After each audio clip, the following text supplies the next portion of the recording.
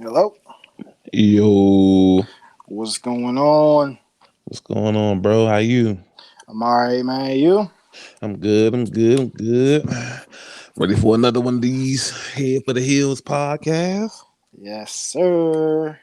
Um, Today, this one is for the wrestling fans. This is a bunch of wrestling on this one.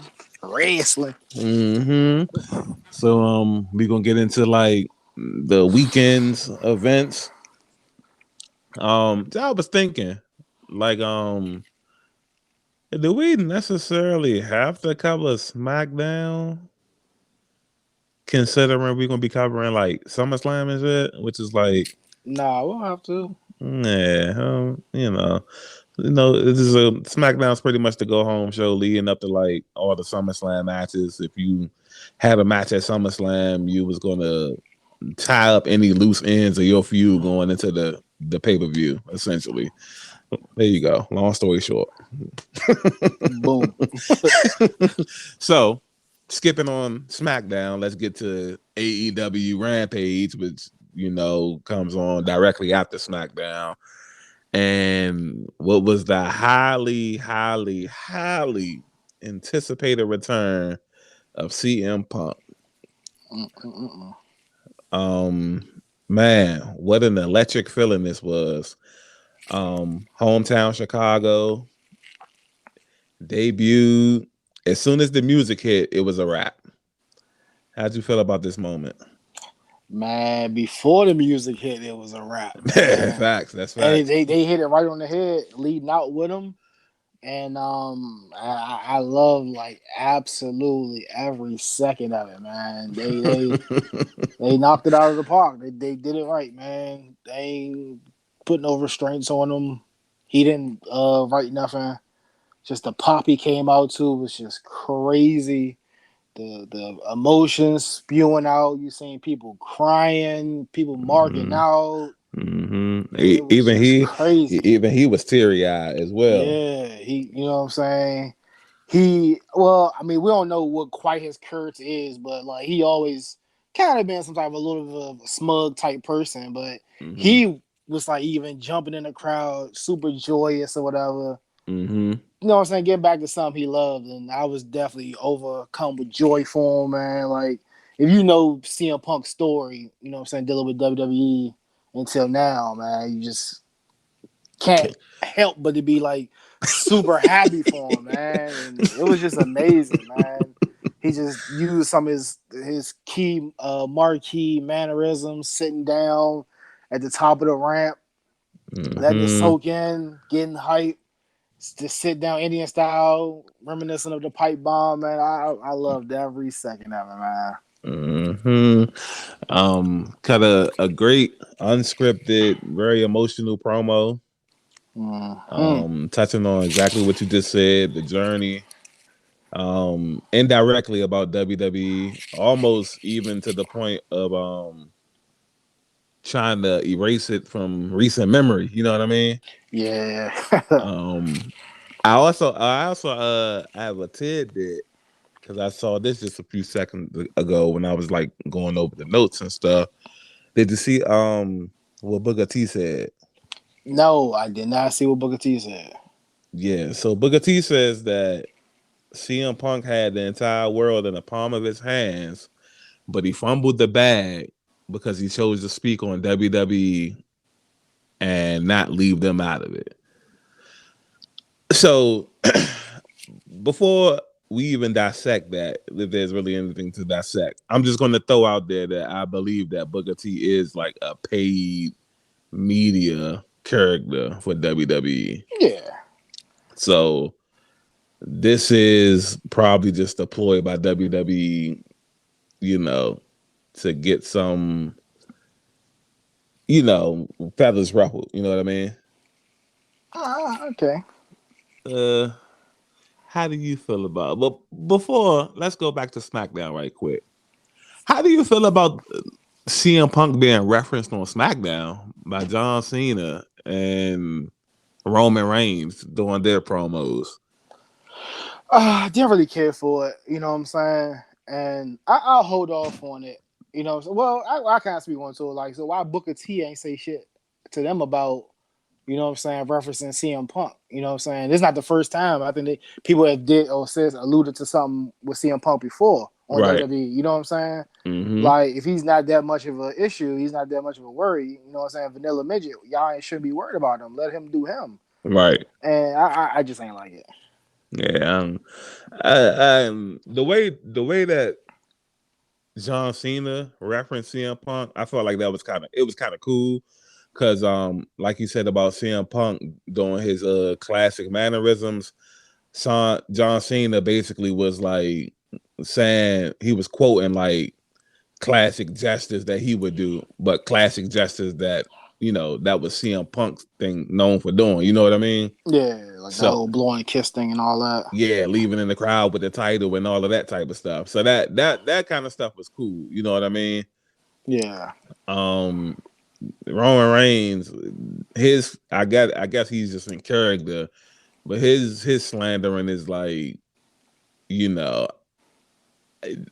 I can tell that they have no problem crossing the line when they need to cross the line. You know what I mean? Mm-hmm.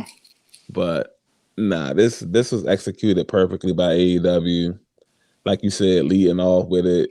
Don't keep the crowd waiting. None of these other matches would have. It just would have been CM Punk chance the whole entire night. You know what I mean? Yeah.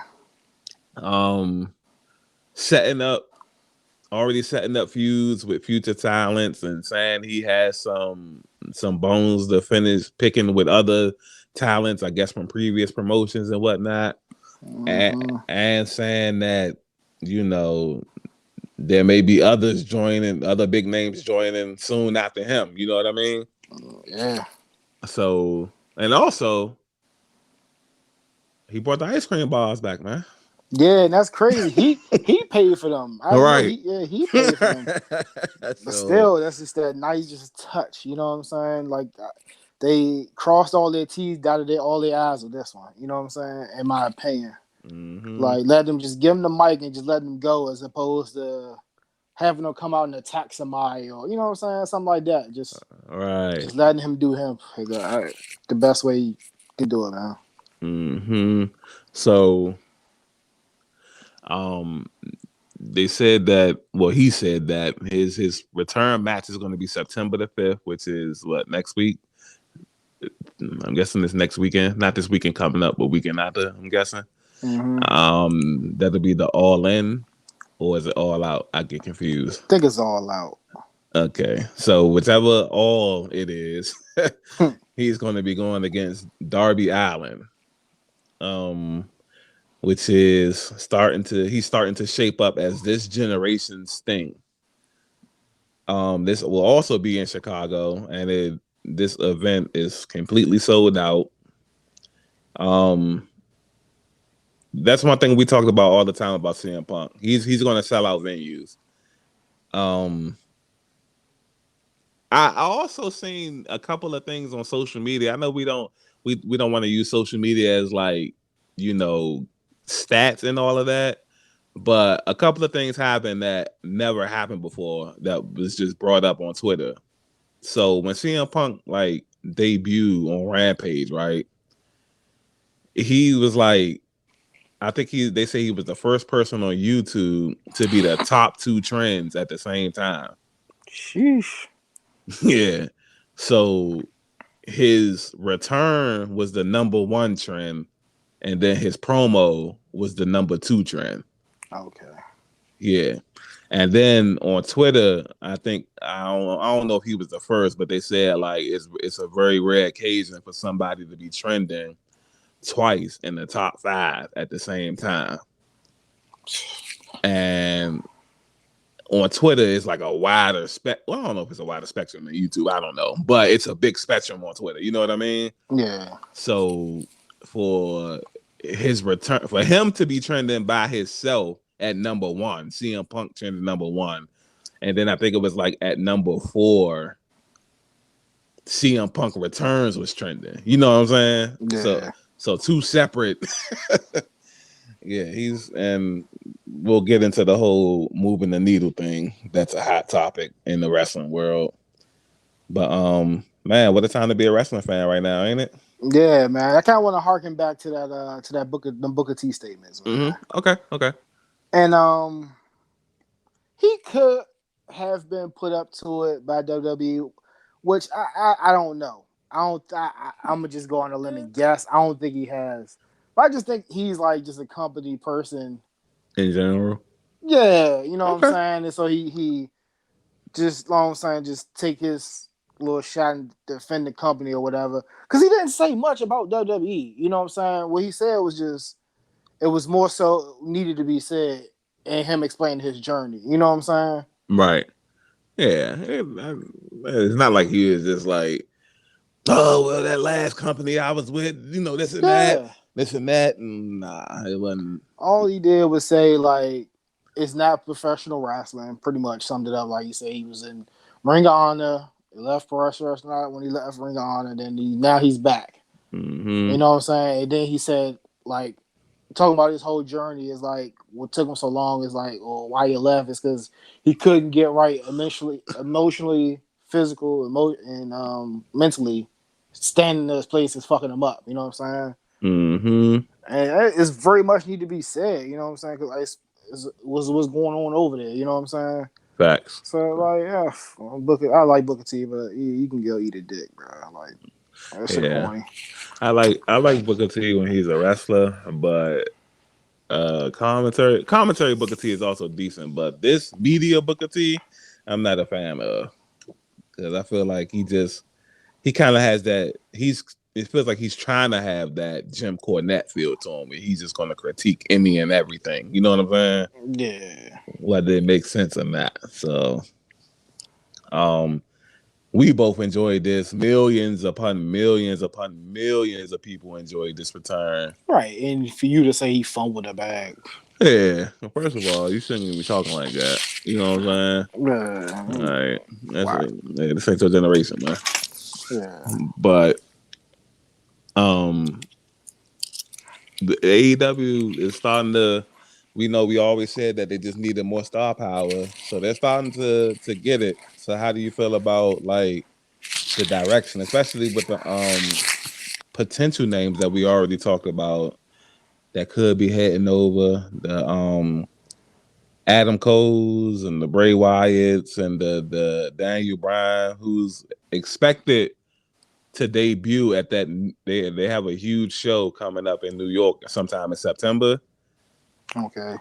I think mid to late September, and that's widely the where they think Daniel Bryan will debut. Sweet, sweet, man. I'm loving the direction they going, man. Like you said, they added star power and solidifying that roster. So you got like a nice mixture of older guys, younger guys, Mm-hmm. developmental guys, people who are over. You know what I'm saying? Mm-hmm. I'm loving it, man, and the way they're doing it, having people um beef and feud with like just different tiers is like it's amazing. You know what I'm saying? Mm-hmm. Like we just talked about CM Punk. His first person he called out was a Darby Allin. You know what I'm saying? Great. And he already said he has like a ton of people back there as far as younger talent goes that he wants to work with. And that's like what I'd be wanting WWE to do. Right. And Right. instead of like not work with younger talent, at least help them, build them up, put them over. I ain't saying they gotta win every time, but it's a way you can book people for both people to look strong. You know what I'm saying? And like Mm-hmm. WWE always kind of drops the ball in that end. It's like they just the way they book people. We'll talk about it in SummerSlam, but it's just kind of crazy. Unfortunately, definitely about to slide into SummerSlam. Of course, there was a few matches on the Rampage card. We had Jade Cargill defeat who was that Red Velvet. Nah, that was Kiera or something. Okay, one Red Velvet. My bad. Nah, All right, so my bad here. Pretty much a squash match. yeah. Um, what other matches did we have? It was Uh, was it John Moxley versus that one of group, one of the them group, yeah, one of the yeah guys in the group. the fake Shawn Michaels looking guys or whatever. Of course, John Moxley picked up the win, and then I think that was the main event, though, right?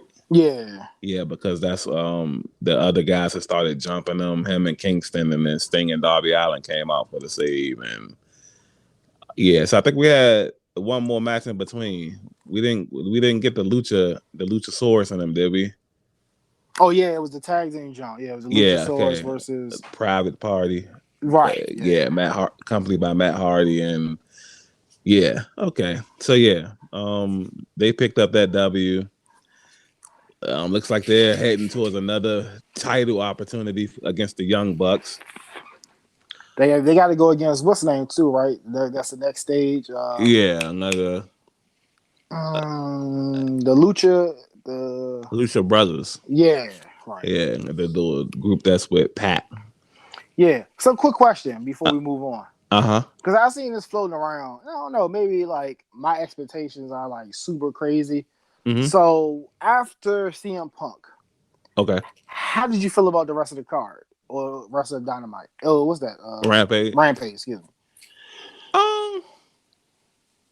It's tough because, and we talked about this like before we even knew about the well, I guess we knew about the CM Punk thing, but before we even like got to that Rampage was like after the first Rampage when they gave us 3 championship matches, how do you live up to that?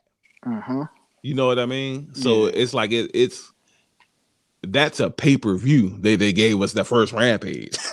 Yeah. So it's impossible. Even though CM Punk is great and he took up half the show. That's great. But then the other half is like, no, there's no way you can live up to Miro defending his championship and then Britt Baker defending her championship in her hometown. Mm-hmm. And then Kenny Omega versus Christian for the TNA championships. You know what I'm saying? Yeah. So the rest of the card to me, it could have been better, but I'm going to err on the side of giving them benefit of the doubt because with this CM Punk thing, maybe they felt like they didn't have to knock this out the park. You know what I'm saying? Right, and that's exactly where I'm at too. It's like, sheesh, like it's a marathon. Like people like we want them like to empty the whole clip. You know what I'm saying? Right. Like you got one big moment. You know what I'm saying? And not saying the matches were bad or nothing like that. It's just good matches, great matches, decent matches. And like you said, you kind of had to speed up stuff because like Punk took half of the hour show. You know what I'm saying? So yeah. Mm-hmm. Yeah, I'm definitely was a decent show. You know what I'm saying? We probably would think it'd have been better if it wasn't for CM Punk. You know what I'm saying? Yeah. Like John Moxley is good star power to main event a show. Sting and Darby Allin and the Raptors, and then interfering is good. I love the Jade Cargill chick. Yes, sir. And the Luchasaurus and Jungle Boy. That group, Marco Stunt, the third one, they're about as over as almost anybody in the company. You know what I'm saying? Yeah. So yeah, I feel like you said, it's a marathon. They got, as long as you got the pieces in play and you got a competent person pulling the strings, everything's going to be good. Yeah. So that leads us to, and of course we already talked about the shockwave that this ran through, like, the sports world, social media world, everywhere. So, and in comes SummerSlam. So we both agreed that WWE got punched in the mouth with the CM Punk thing. And we both agreed that what happened at SummerSlam was like them panicking just to combat what had happened at Rampage. Mm-hmm. Also, before we leave that Friday, the Rampage ratings were right on par with SmackDown's rating. I think they were just a couple 100,000 short. So this is multiple times now where AEW is pretty much almost on par with Raw and SmackDown. And And you gotta think that's coming on at 10 o'clock, bro. 10 o'clock Right. on a Friday. Yeah. And it's just that was the second Rampage, right? Yeah, Yeah, that's just a second show. You know what I'm saying? So this is a company that's only been around for what, 2 years now? yeah. And they're pretty much catching up. You know what I'm Quick saying? on their heels, quick. Yeah. So that's an interesting tidbit. So we get to SummerSlam. I guess we can talk about the pre-show because it involves a very one of our favorite storylines in WWE right now, which was Big E versus Brian Corbin. Ever since losing the King's crown to Shinsuke Nakamura, Baron Corbin has been on a downward spiral in life. He's lost his car, he's lost his house, significant other. He's poor. He's begging people for money. This has been one of the funniest slash, most creative, not most creative, but very creative storyline that they've done in a while. You know what I mean? Yeah, Had a match against Big E. He has stole Big E's Money in the Bank contract.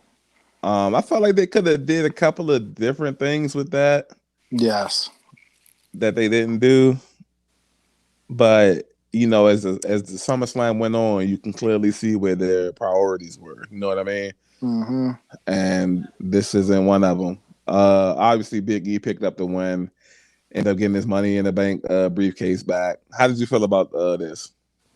Uh, for what it was, I liked it. Like I said, I wish they could have did more with it. Mm-hmm. Like I don't know if it wasn't on the podcast, but I had like pitched some like just how we just throw around stuff. Mm-hmm. And I was like, dang, man, he could have like since he already he's a SmackDown superstar, right? He went to Raw to try to get extra work. Like I'd have liked them to try to go down to NXT and deal with the rich guys down there. Maybe, what I'm saying, try to work for them, sell the briefcase to them, pitch it as an Mm-hmm. idea. Like, look, man, I got this Money in the Bank contract. You can go up there and elevate your career by challenging one of the champions and stuff like that. I don't know. It'd been nice cross content or whatever. That'd have been nice for Mm-hmm. something to do. And then, but I love the story angle. I'm hoping they keep it going. He's even taking the initiative to do stuff outside of WWE on the social media. I don't know if Uh-huh. you've seen my man is on the upswing. You know what I'm saying? Took $35, turned that to 100, took that 100 Uh-huh. and turned that to like 1,300. So, you know what I'm saying? Shout out to my man Brian Corbin, man. They Mm-hmm. hitting the slots and the video poker and all that. Uh-huh. Getting it out the mud, man. It ain't it ain't who you are when you down, man. It's who you are when you got to grind to get back up. You know what I'm saying? Yeah, and did you peep when he was coming out to the ring? People were trying to give him dollars. Yeah, And yeah. then I don't know how people don't like this angle. You know what I'm saying? Like, oh, you're not saying it's over. Like people like literally trying to hand this guy's money. This angle is over, bro. Yeah, it definitely is. Like we saw this like as soon as he started coming to the ring with no music and was looking sad with the stain on his shirt, we already knew this was going to be good.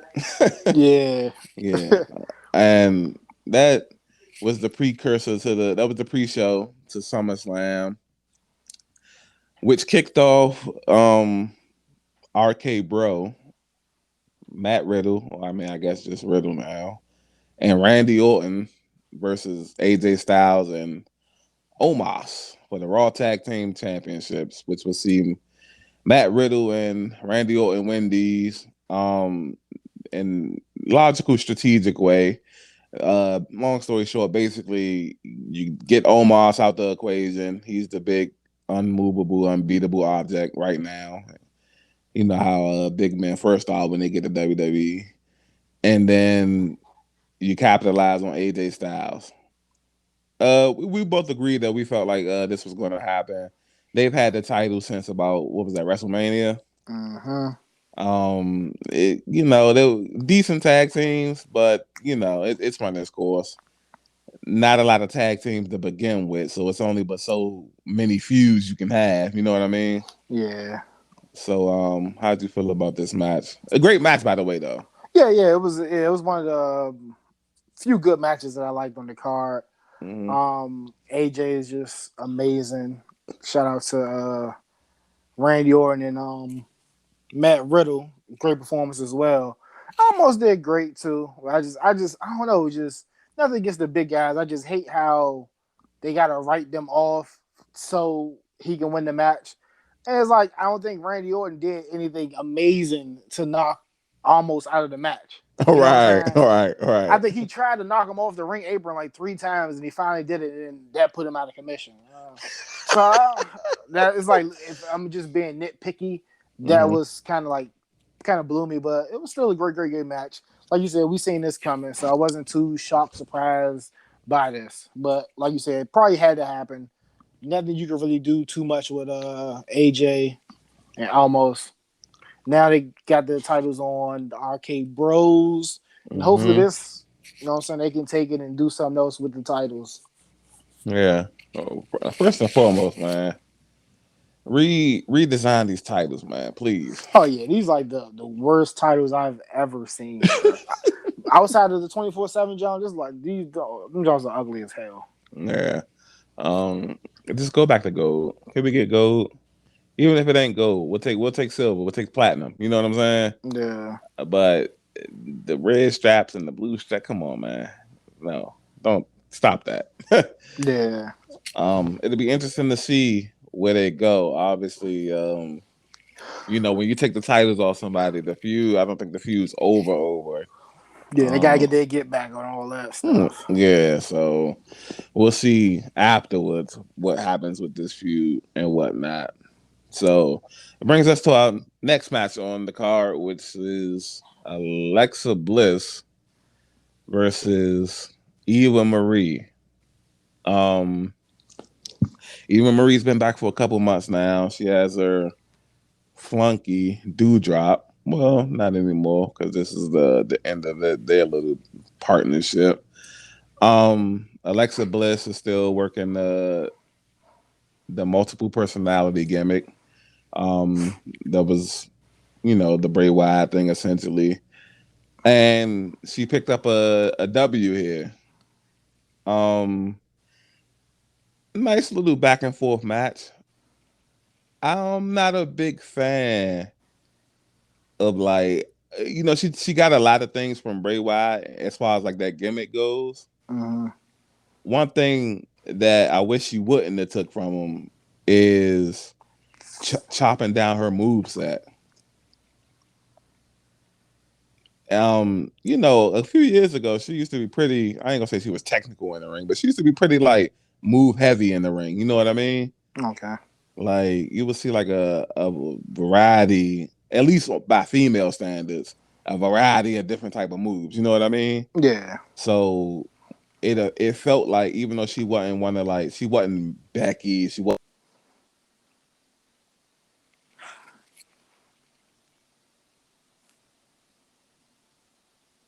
yeah. I got a phone call. Okay. So I thought that was me. no. So she wasn't Becky, she wasn't Sasha, she wasn't Charlotte, but you felt like she could go toe to toe. You know what I mean? Yeah. Now I feel like she's just adopted that. Like in essence, she might do like maybe a good 5 or 6 moves, and then the rest is just like playing a few mind games. You know what I mean? Yeah. So I'm not mad that she got the W though. Like I'm an Alexa fan. I said fan. I'm an Alexa fan. Eva Marie, eh, looks good as hell. I'll say that. But wrestling wise, ain't cool. How you feel about this match? Uh um I absolutely hated this match. And you made some good points too. Maybe like I wasn't the biggest Alexa Bliss fan. She's cool. Like, I had no Yeah, problem with her, but like she's not like one of those people that, oh yeah, I like her. You know what I'm saying? right. And like you made a good point. Like they chopped the move set down, and that probably maybe hindered her. Like the match needed somebody to carry it, and maybe with Right. Alexa Bliss limited move set, she's not able to carry it, and Eva definitely can't carry it. So the match was just to Right. me. And like you said, even Marie looks great, but I just like off in the tidbit real quick. Mm-hmm. I wish I was still working at my place of employment, old place of employment, because we had this rep who we always used to kind of always have like a little debate. Mm-hmm. And you know me, I'm the biggest Sasha Banks fan, Right. and he was more so of Alexa Bliss fan. Okay. And I was telling him that like Sasha's like way better than him. I don't even know why he was even trying to argue me that. And I wanted to see his thoughts on this match, and you know what I'm saying, have this conversation again, but I didn't really care for this match. If they were going to do this match, they should have definitely pushed this more so in the front of the car, like right after the Pre-show. or maybe on the pre-show, because Yeah. you know what I'm saying. This should have definitely been pre-show. Yeah, because I mean, I love, even though like I know a lot of people have mixed feelings because this was Bray's gimmick. I like the gimmick, but I just wish they just like somebody with a cool gimmick like that. They need to be pushed better and stronger than what Alexa is. Like you said, you was happy she got the win because she doesn't really get wins like that. You know what Hell I'm saying? nah. Yeah. So That's something she took. That's another piece of the gimmick she took from Bray too. Getting taking losing. the L. Yeah. But yeah, I just didn't really care for this match. Though this is like one of the lackluster matches for me. Yeah. So after the match, there's an exchange between Dewdrop and Eva Marie, and she puts on. Surprisingly, she can fit it as well. I said the same shit. I'm like, damn. Yeah, so she puts on Eva Marie's little, stylish robe type of ordeal. Smacks her, and then essentially walks off. And this is the end of their partnership, I'm assuming. Um, Eva Marie by herself, I mean, she's losing with help, so can't imagine without it. You know what I mean? Yeah. I don't know how we would do that. So moving along, which is the second title match of the night, which saw Sheamus defend his United States Championship versus Damien Priest. Sheamus is a very underrated performer in my opinion. I don't feel like he gets as much push and shine as he should. And Damien Priest is definitely, I feel like he's an up and coming star. I didn't follow him too much at NXT. I know you did. Seems like he has the it factor. He has the complete package. It's all about upper management at this point. He defeated Sheamus, and what was a pretty good, decent match. You know what I mean? Yeah, I liked it. Yeah, and becomes the new United States Championship. I feel like this is a step in the right direction as far as like I feel like he's going to be one of the primary youngins that they're going to try to groom into one of their next stars. You know what I mean? Mm-hmm. With this, they won't admit it, but with this pressure from AEW, they're going to start to try to turn out new stars. You know what I mean? Yeah, I hope so. Yeah, and I like I said, it's a very decent match. I like Sheamus. I like Damien Priest. Damien Priest deserves this title run. And hopefully they just continue to build in the right direction. How'd you feel? Yeah. I feel exactly how you feel. This was a good match. Love the decision. I don't think this is one of the decisions. Oh, I kind of seen this coming. So like we'll talk later on in the show. Like I don't think AEW pressured this one. I think this was coming. You're right. So I'm happy he getting a shot. Like we always talk about, we want the younger guys to get talent. I mean, get shots. The younger talent to get the shots. And yeah, like you said, I followed him down in NXT. He had the it factor.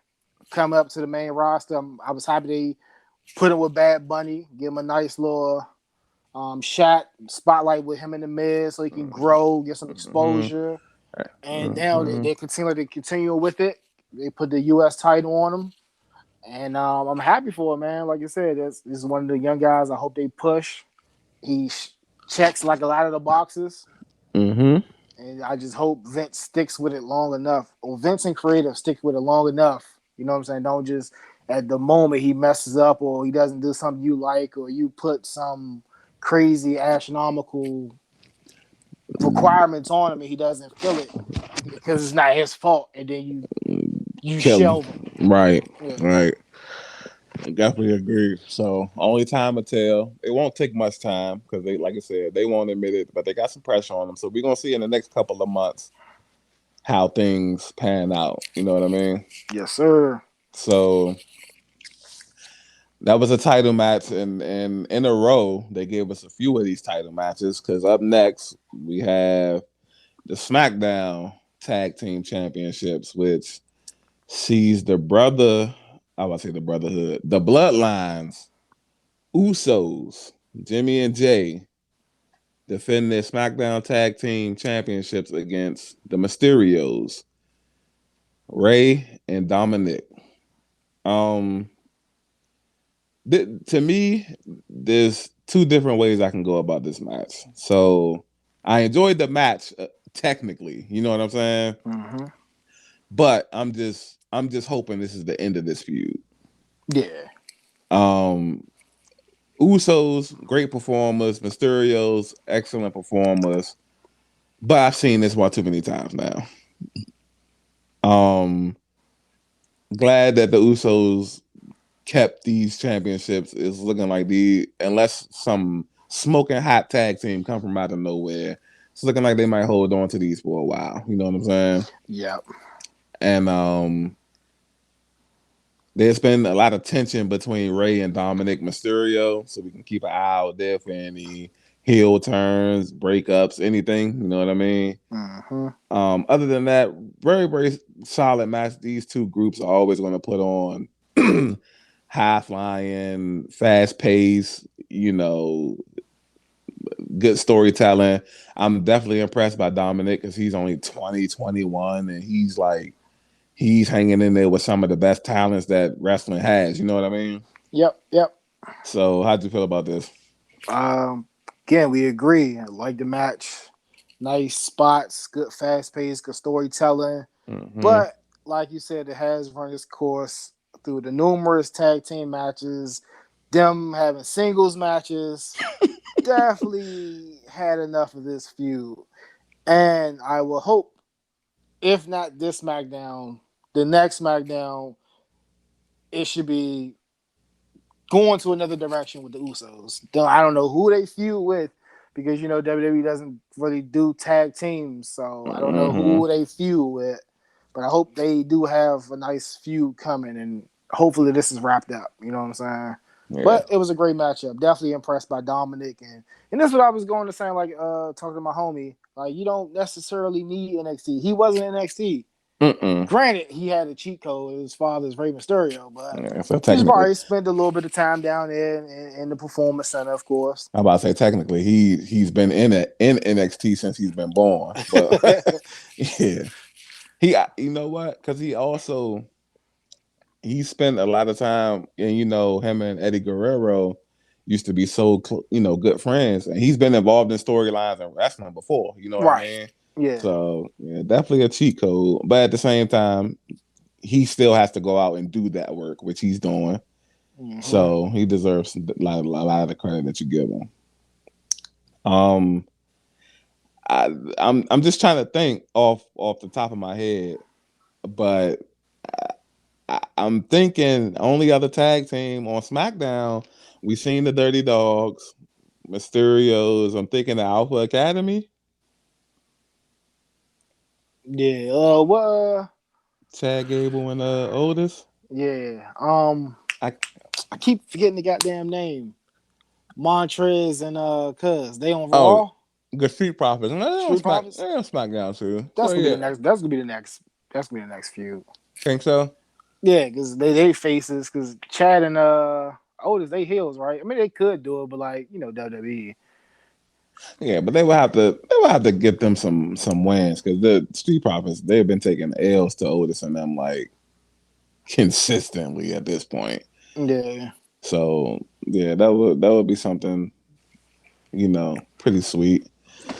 So we'll see how that plays out. Which brings us to our third title match in a row, fourth on the card, but three in a row, which was supposed to be the SmackDown's Women's Champion Bianca Belair defending her championship against Sasha Banks. They waited until the last possible second to tell us that Sasha would not be in this match. I think you had pointed out they even played the little pre-fight video package. Mm-hmm. Just to announce that she could not compete. So the initial replacement was Carmella, which was welcomed with boos. Hard to tell whether this was boos because she regularly does get boos for being a heel, or they were just disappointed that Sasha wouldn't have been there, which is why I would have booed. You know what I mean? Mm-hmm. So she comes out looking as good as she always does, gets in the ring, and they're having a brief little non-mic back and forth before the Becky Lynch theme song hits. And for the last 18 months, the return of Becky Lynch. Humongous pop here. Humongous pop. People going crazy. She's walking down to the ring. At this point, everybody knows what's about to happen. It's not what happened, it's the way it happened for me. You know what I'm saying? Yeah. So you can tell Becky's not in really wrestling shape. She squashes Carmella, but not really, because she really just threw Carmella into the steel stairs. Yeah. How that's enough to keep Carmella out during the duration of this, I don't know. But she gets back in the ring, and now she's having a non-mic back and forth with Bianca Belair. She gets the mic, gets to end up talking into the title shot. I want to say about 15 seconds into this match, one tried to gesture for a handshake. Soon as Bianca shake hands, which is a rookie mistake. Once you hear the bell ring, there is no shaking hands. Yeah. As soon as she goes for the handshake, Becky punches her, pump handles or man handle slam. You said, I guess that's what they calling it. Yeah. You know how they tried naming it on the spot. Yeah, okay. Yeah, I had my volume down, so at this point I turned the volume down and shit. So 1, 2, 3, Becky's the new SmackDown Women's Champion. Now we both agree about how this happened was just wrong. How'd you feel about this? Yeah, like you said, man, this was just terribly wrong. And at this juncture, this is where you notice AEW is on the mind of WWE. This is where the card starts to take a nosedive. even with the whole Eva Marie thing, you know what I'm saying? Because the card could have been still salvaged. So, you know, we listen to like different YouTube and media accounts. So the plan was for Becky Lynch to come back in the fall, more so in the fall. Maybe like October, November-ish or something like that. And they put the call in because they knew that Sasha wasn't going to be able to make it. And I'm going to just speculate, you know what I'm saying, head for the hills, hot take. Probably not so hot. I think Sasha just has COVID. Because I'm just hearing people cover it. It's not an injury. Okay. And I'm thinking maybe could have had a family emergency or something like that. Until they said she had to be cleared. So if it's not an injury and you have to be cleared, what else could it be? Right. And also, Kofi is dealing with the same thing. That's why he hasn't been on TV for a while. Right. You know what I'm saying? Hasn't been cleared, no injury, but you have to be cleared. But, you know what I'm saying? Continue on with the whole Becky versus Bianca. Definitely didn't like it, man. And you could just tell they was like a scramble. Because I said that while we watched it together. Yeah, this part, yeah. Yeah, so, you know what I'm saying? Figured that was a scramble move. They needed to combat the whole CM Punk thing. And like you said, maybe she wasn't in shape to do a whole match, or maybe they didn't have a game plan. But I think or at least Becky is a much of a veteran. You know what I'm saying? They can go out there and do a little something, which I think they should have did. Because, like, like how do we, or especially your casual fan, how do you still like Bianca, or you know what I'm saying, or still believe that she can be a reputable champion, and she just gets squashed in two moves, a forearm and then a manhandle slam, which I know y'all haven't built that finisher up, so it just looked like a regular move to me. You know what I'm saying? To me too, and it's because of, and I guess this is a sense where we have to bring up SmackDown again, because she went through two matches on SmackDown where she defeated Zelina Vega and then she defeated Carmella in back-to-back matches. How do you go to from that to you can't kick out of the pump handle slam? Right.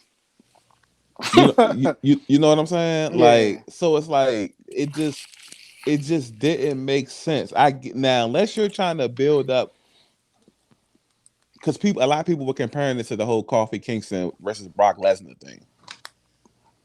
Now, we both agreed that they shouldn't have did Kofi like that either. Right.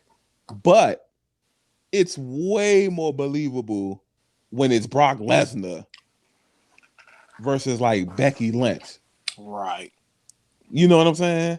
Mm-hmm. So we didn't seen the F5 like do damage. They built Brock up to be like that. You know what I'm Yeah, saying? that move has been built up to be devastating.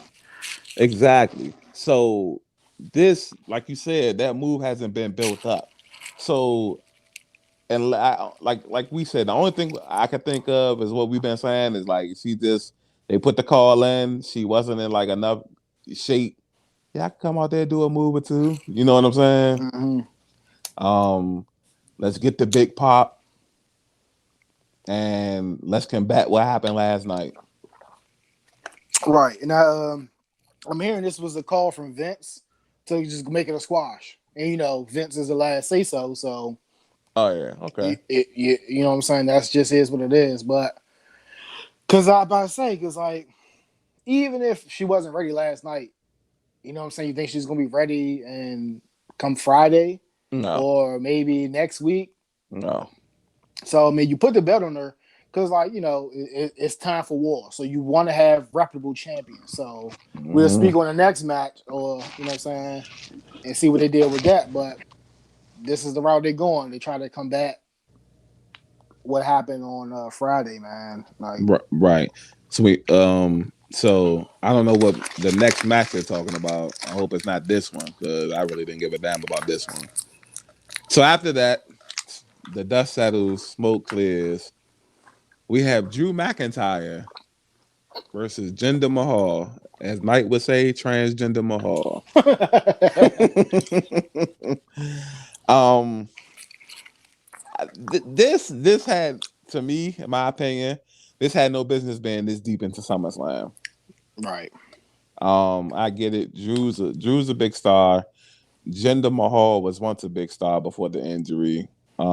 He's been gone for so long, and then even when he came back, they're not really pushing him as a major threat. You know what I'm saying? Mm-hmm.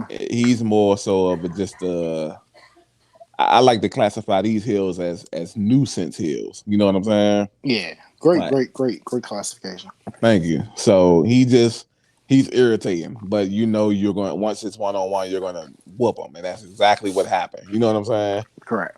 So I don't really have much to say about this match. They're keeping Drew close to this main event status.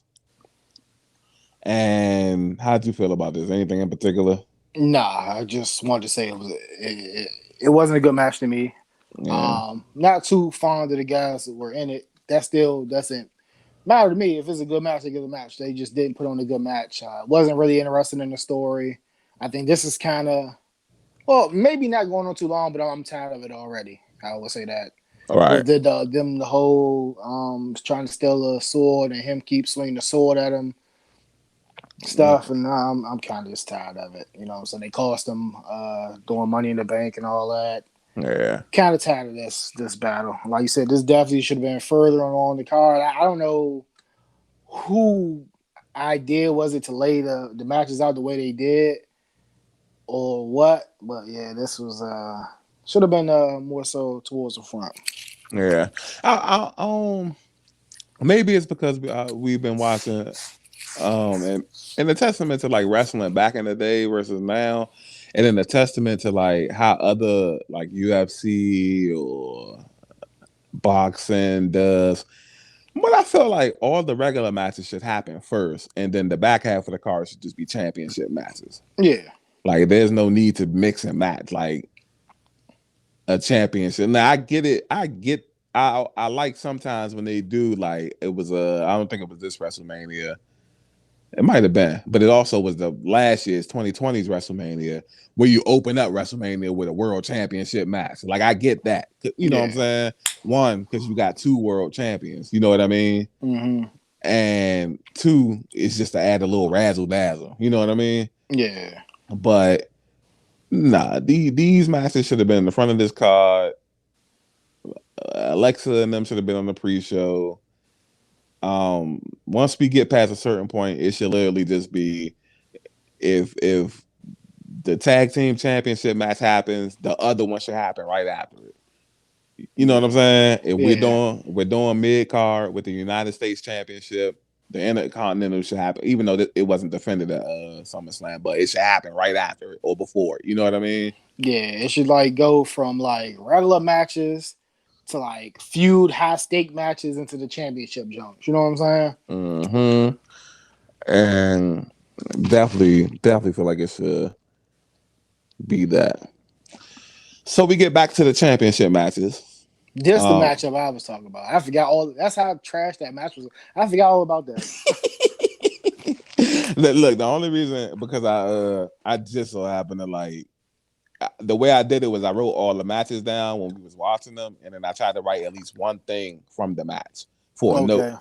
But even with this one, I just wrote the match down. I didn't have one thing as a note though. It was just blank. You know what I'm saying? Yeah. So same old. Wasn't nothing to write down. Rinse, wash, repeat. Yeah. So they think they about to he lose. They think they about to jump. He gets a swing of a sword. Like yeah. Whoop de fucking do. Mm-hmm. So brings us to the Raw Women's Championship match.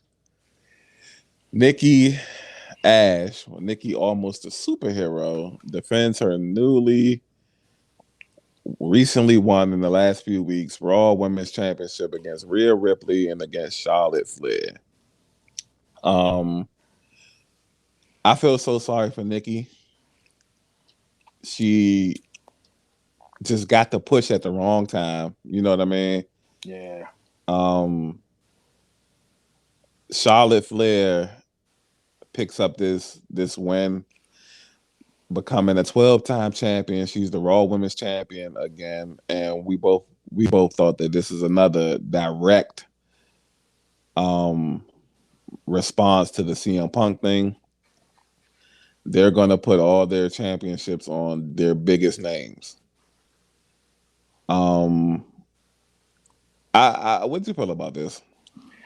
It was a pretty good match, and nice psychology with it, working the limbs, always like stuff like that. Great match. But I just didn't like the decision. I just didn't like them taking the belt off Nikki so fast. And like you said, she's like one of them champions that just lose like crazy. You know what I'm saying? Yeah. So definitely feel sorry for her. Got to push at the wrong time. Probably if it wasn't for CM Punk at AEW, she might still be champ.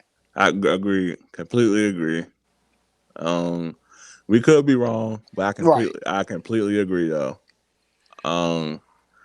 Yeah, I was saying off air when we was talking, like she won the championship and she was 1-5 with the 1-6 now with the championship. It's like it's just I ain't gonna say it's so many things, but it's just a couple of things. It's like it takes away luster from like the Money in the Bank, right? Yeah. Like, do we even want to even see this anymore? Because like you fucked over Otis, then you just kind of messed her over. Yeah, like, do we want to keep saying the Money in the Bank? All right, does she keep the title for what? 3 weeks? Or it's been a month, 4 weeks, 4 weeks? It seems shorter than that. Right. Parlay 3. Yeah. So I'm not. Yeah, I'm not a huge fan of that. And why let somebody win it if they're just not going to be like they're going to lose it? Like that thing with Otis, like Otis, that was unacceptable. You know what I'm saying? Yeah, Otis was super over and everything. You know what I'm saying? Right. Um, you can put the championship on Otis. Like he might not be your typical champion looking guy, but like you said, he's over. It just comes down to like them seeing you getting over without their machine behind you, and they probably want to stop, halt that as much as they can. You know what I mean? Yeah. Um, I love Charlotte, but seems like the CM Punk situation is going to benefit her. I also don't know how the Ric Flair situation benefited her for him complaining that she's not getting booked right. We don't know if that has something to do with it. But when the dust settles, she's a champion again and representing the Raw's women's division to the highest power. So speaking of the higher power, that brings us to the Messiah, Seth Rollins. And as you stated a few minutes ago, the card's spiraling down at this point with Yeah. the decision making. The matches are great, but the decision makings at the end of these matches is spiraling down. Seth Rollins is going 1-on-1 against Edge. Edge has done gave us a classic throwback with coming out to the Brood music, the leather trench through the ring apron with the fire. Classic Brood, classic old school, classic Attitude Era Edge. Loved it. It was very nostalgic for me. Loved it, and then it kicks to his current theme, and we're underway. Now this was a great match. Seth Rollins versus Edge. We didn't expect anything less than a great match from these two. It just comes down to the decision. Edge picks up this, and now even we've said CM Punk clearly on AEW's clearly on the mind of WWE, but I just cannot for the life of me get this decision anyway. You know what I mean? Right. Seth Rollins is a star, and he's kind of been losing a lot lately. You know what I mean? Yeah. Um, Besides like petty feuds here and there where he's picked up W's, I want to say like he's kind of like losing these high profile feuds that he's in. But how do you feel about the match though?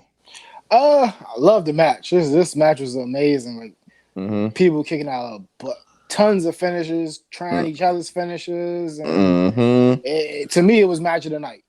Agree. Yep, Yeah, agree. even though like I didn't like the finish, and like we said, like AEW is definitely seemed like it's altering these choices, decisions.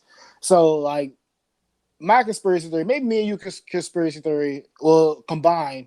Mm-hmm. I think you always said early on that this is leading up between for a feud for Roman and Seth. Right, correct. And I was on board with you. And I think what happened on Friday with Punk, I think that had to get readjusted because that's why I might have think they lost, make Seth lose. So bam, he lost. Maybe he doesn't have a direct road to Roma right now because we'll talk about what they inserted later on in the battle, in the night. Right. Got you. So Makes sense now. Okay. yeah, that's my twist And, on it. What I and, ever and so thought. and so maybe him losing this one, he's gonna demand a rematch. Yeah, or move on to somebody else. And I was like, question too. Like I wonder if Vince is going to throw around money to make some of these not so these part timers not so part time. Keep Oh them around, well, see how long that they have, see if they can bolster the roster, add more star power to he it. he See if they has keep to. I feel Edge like around or I something feel like like I that. feel like he has to, right? I would think so, but I don't know if these old bodies can take it. or if they want to endure it. You know what I'm saying? Right, because It's like, all right, Vince, Edge goddamn, is we said you SummerSlam, now you want more. So yeah, Edge has been back for about a little bit over a year now, maybe even 2 years, and he's already suffered one significant injury and a half. So he's already had the torn triceps, which kept him out, you know, for eight to 9 months. Um, and we're gonna get into like once we finish up the SummerSlam card, and we're gonna get into like the tolerance, like you said, the tolerance of these old bodies, and just whether all of everything that they tried during SummerSlam is it sustainable or not. You know what I mean? Yes, sir. So yeah, I can see what you're saying. Like I hope that's the route they're taking. He's going to get Roman, just not right now. But obviously Roman has his hands full. They even talking about trying to get The Rock back. Remember that was being thrown around for like next year's WrestleMania. Yeah, that's probably gonna happen too because they gonna need that Now power. now they're trying to get him back way sooner. Like Yep, like I said, yeah. yeah. And that's So the thing. My bad. Just to go interject ahead. right there. Mm-hmm. So like, I know we got plans for Seth and Roman to meet, and the problem with that is, damn, is it going to keep its luster even if they can actually get to it? You know what I'm saying? Like Right. I love this Roman right now, even though I'm not the biggest Roman fan. I love this Roman right now. I'm always gonna love Seth Rollins. Mm-hmm. Is it still gonna have its luster? You know how sometimes the WWE wait so long they miss their mark. So Right. now, like you said, like we got a few with X coming up. We will talk about later on, and then now we hear they're pushing up the stuff with The Rock. That's probably gonna be a Mm-hmm. long burn to whatever pay per view they decide to put that on. And then does it still have enough to circle back around back to Seth and Roman? Who we don't know who might be next. You know It, what I'm saying? it's because they're in a hard spot right now. So one, to answer your question, I think it's going to be almost impossible to like give us a Roman and Seth without one or two things happening. One, in order for us to enjoy that feud, Seth is going to have to go on the road. Yeah. Like all this losing shit gonna have to stop, and they have to book him like they're gonna have to even when he wins, they're gonna have to start booking him like as a stronger heel. Mm-hmm. You know what I'm saying? Or if he's gonna turn face or do whatever, he's gonna have to be like convincingly winning. You know what I'm Yeah. saying? And two, which is the complicated part, is that if Roman Reigns just beat John Cena and he fucks around and beat X that we're gonna get to in a few minutes, or he fucks around and he beats The Rock. How does Seth come? We're not gonna. It's not gonna even be believable that Seth can beat this guy, right? Probably not.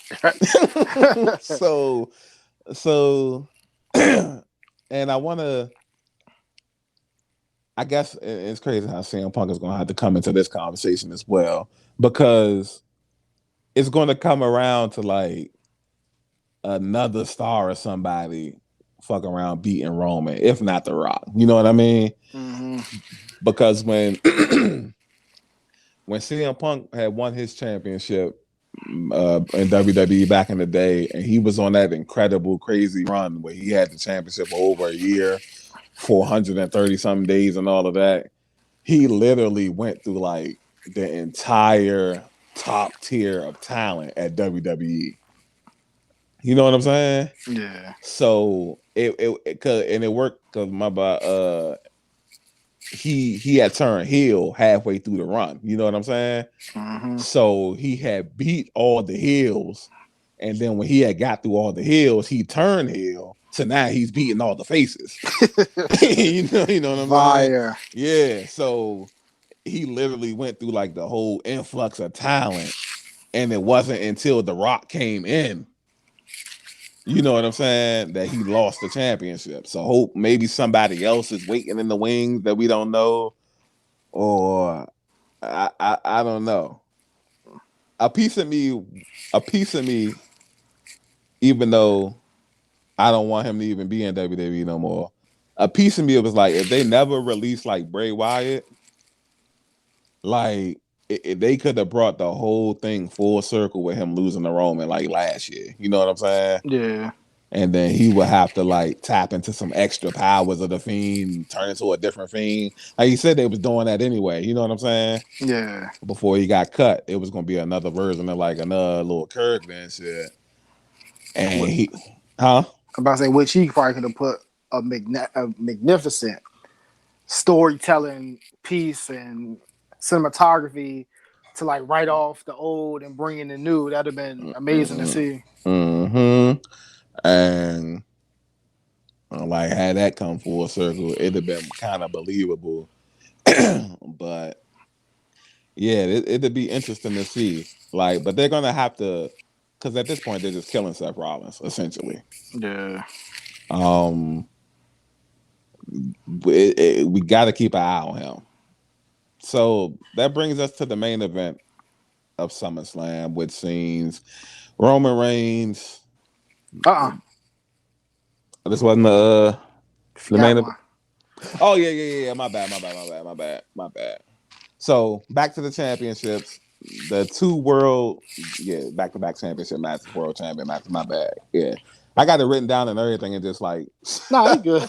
yeah, was so pressed to get the. Yeah, yeah, definitely ready. Cause like, yeah, we'll talk. Yeah, because this wasn't nothing to, you know what I'm saying. So that will bring us to the WWE Championship match. The Hurt Business's Bobby Lashley defended his championship against Bill Goldberg, and Goldberg's clearly not built to run these long matches, so you know it's going to be a quick match either way. But this was even a bizarre for his standards. You know what I'm saying?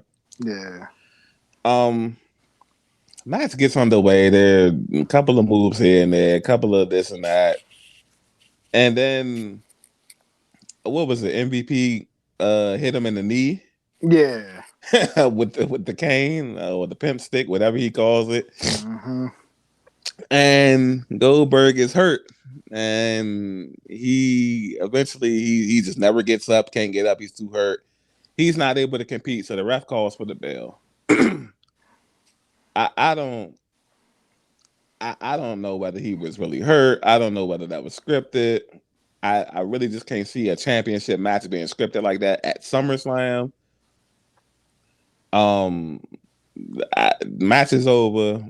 Bobby Lashley ends up putting the hurt lock on his son. Actually, I hate to say this, but cool little heel moment. You know what I'm saying? Mm-hmm. I really didn't like this at all. I'm glad Bobby's still champion because I was definitely worried considering what was going on this night. Right. But how'd you feel about this? Didn't really care for the match too much, and Mm-hmm. like you kind of have to sell it better and have a better decision for me to be okay with these type of matches. Like I'm not really too fond of the big guys going at it because they just don't give me enough diversity in the match. Like as far as the move sets and stuff like that to like Right. really bring me in. And Right. it started off had like some nice match psychology. Bobby focused on the leg of Goldberg, ramming him into the post, the ring post, and all that. And you had MVP hitting him with the cane, which fucking Goldberg sold that shit badly.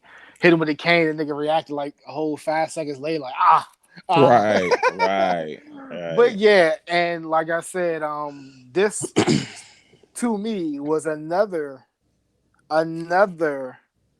direct correlation to what happened Friday. In Okay. my opinion, I think instead of like having Bobby win, hopefully they had Bobby winning. They maybe wanted to draw this out a little bit longer to use Goldberg's star power a little bit longer, and you kind of can do that with the whole angle of he attacked my kid. Right. But that worries me because now is he going to beat? Is that going to propel him, give him super mighty strength to beat Bobby now, the motivation to beat Bobby, and hopefully he doesn't take the belt off Bobby. But this high stakes, he is going to be for the belt. Yeah, if I had to guess, I'm like I said, I'm worried. So he's probably going to do it. Yeah, I'd have bet my house last year going into that match against the Fiend that the Fiend was going to win that match. Once I seen him lose to Goldberg, I was like, oh yeah, it's all up to him. If Goldberg wants to win that title, he's going to have it. You know what I mean? yeah. So we'll see how that is. Might be gone for a little while. They got a pay-per-view coming up in Saudi Arabia. The Crown Jewel. Goldberg's known to be highly requested for that paper, over there. We'll see how things play out. You know what I mean? Yeah. That brings us to the final match of the night. And the Universal Championship, which sees the Bloodlines, Roman Reigns, Universal Champion, company with Paul Heyman, versus John the Don Cena. 16-time champion coming back. The summer of Cena.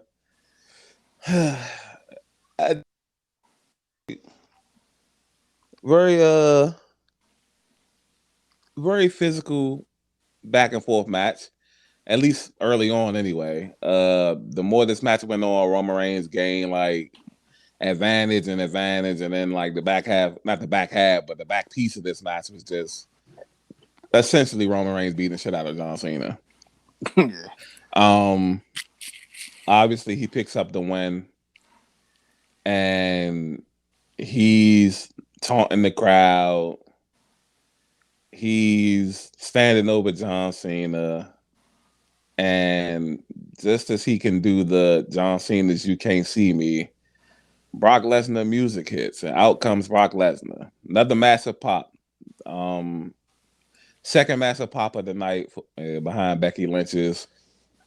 His might have been bigger, obviously, but two huge pops for returning superstars. Commentary is going crazy. Michael Cole almost cussed. Would have been way cool if he'd have cussed, definitely.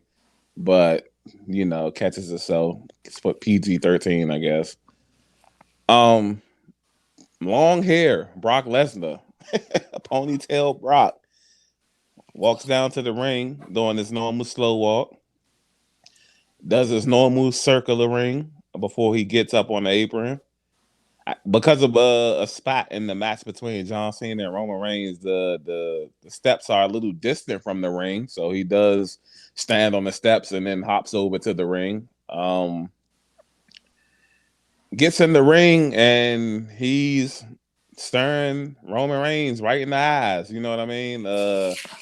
I'm thinking they're going to at least squabble a little bit. You know what I mean? Yeah. Roman Reigns has this look on his face like I'm not even going to say the man scared. I ain't going to disrespect him like that. Our tribal chief. But he's worried. Paul Heyman looks like he's seen the ghost. He's worried. You can hear him saying, "Oh, we got a problem. This is a problem. This is a problem." You know what I'm saying? So, how did you feel about the match, and then how did you feel about Brock Lesnar coming back? Oh man, the match was good. It seemed like it was kind of getting a little long. Like it was like a bunch of kickouts. Yeah. Oh my god, they were eating finishes and specials like crazy. Mm-hmm. And but it was a good match though. Probably second match of the night. Behind Seth. But not saying much. You know what I'm saying? The card was so trash. Right. But I didn't expect it to happen so soon. But like now we're not surprised because like we see stuff is happening. I thought Becky was the one rabbit they pulled out their hat, but then they turned out Brock hits, and I'm like, okay, it doesn't really do it for me because we don't seen it so much. Right. But he has a massive pop, and I guess as long as he'll have that pop, Vince will always keep bringing them back. Mm-hmm. And then to the new look, oh my god, the internet is like funny as hell, man. Like when I first seen it, I don't like the look. No Okay. disrespect. Okay. And when I first seen it, he kind of reminds me of the guy from Sanity. I'll send you a picture after that, Okay. after the jump. And then like when somebody, you know how they do the memes, they put his head right next to a onion. Mm-hmm. So I was fucking dying Yes, laughing, that bro. is funny. But yeah, I didn't like. I mean, I'm cool with Brock being back because they need it. You know what I'm saying? Like you said, they had a lot to compete with on the other side, so I'm not mad at it. Mm-hmm. Just not excited. You know what I'm saying? I Right. understand. But like, I didn't like the fact that they made Roman look. He was scared. You won't say it. He was scared. I didn't like that. I didn't like that. Roman, they booked Roman too strong to be beating the acknowledgement out of people. You know what I'm saying? For him to maybe essentially turn to a coward heel. Please When don't. Please we'll don't go see to how we'll John. see how it play. I don't know, maybe calculated heel, but I don't know. We'll see, I man. don't even want him to be that. He's been a monster heel. You Right, know, even if they want Brock Lesnar to go over and win, let him go out and die on the hill. right. You know what I'm saying? Like like you said, he's too big to be like the coward heel. That's like Seth Rollins. That's what Seth Rollins was good at. You know what I mean? Yeah, The calculated heel like Randy Orton. Like he has size, but he's not humongous. You know what I'm saying? yeah. Like different types of heels fit the statuses. Like the coward heel would be like the Miz or somebody. You know what I mean? Right. Like no, he's been a monster heel for over a year. Whooping shit. Right, like you said, making people acknowledge him. Like, come on, I get it. Brock Lesnar's his character, but he's like, come on now. And that brings me back to what I don't know if I said on the podcast before, but I was like, when you have all these massive guys, like how the initial plans with NXT was, how do you book it? Because like you said, like to make one person seem bigger than life, someone's gonna have to take a hit. And I hope Roman isn't about to take a hit. That's why it's always good. You have different angles with people with different sizes. You can Mm-hmm. go like different ways with it. But like I just hope like you finally got Roman right. Mm-hmm. Don't in the midst of this ruin it with a snap of Mm-hmm. a finger. Please don't. Please do not ruin Roman. I think what happened needs to happen. I think motherfucking he need to smack up his special counsel for being that damn scared, man. Look, the goddamn tribal chief here, man. Well, I wanna go a step further. Um, and we could talk about possible angles because history says outside of Brock Lesnar, Paul Heyman turned on every client he's ever had. So, is there an undying like connection? Is this leading to a setup? You know what I mean? Yeah. Um, they've always wanted Roman to be a humongous face. Could this be a possible way that they can turn him face by having him Paul Heyman turn on him? That way he can still be like the tribal chief and all of that. You know what I mean? It's a way for the storyline to go, but I'm not sure Roman's ready to do that. And I don't even think Roman's ready right now to be without Paul. I think he still Right, needs Paul. right. Agreed. Um, No disrespect I to don't Ron. want. I don't want him to be face at all. If anything, he could be an anti-hero. But because I feel like if we're going to get the Roman versus Rock thing, that he has to be a heel versus the Rock. Right. So like, yeah, it's like if you mess this up now, make him go face, then he's gonna be like the Big Show now, just face, heel, and then like he's gonna lose so much edge trying to be a face if they make him face. Right, You know what I'm right. saying? Because like the way they book faces, Trash. yes, young, like no face is like in my opinion, is like likable. You know what I'm saying? Right. Because they have to be so cheesy and PG-13. It's funny. They're like they supposed to be PG-13, but then you'll have Drew McIntyre swinging a sharp sword at somebody. Mm-hmm. I seen somebody made that comment on the internet. That's funny. That's a good But point yeah, too. I don't like that. Please do not.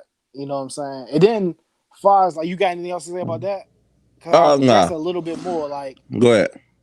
how is Brock going to be without Paul? Like, Trash. On a mic, trash. right. So, like, how is this interaction going to be like?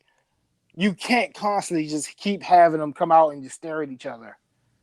You know what I'm saying? Like, that's not going to get it every night all the way up until this big clash. Right. Right. Right.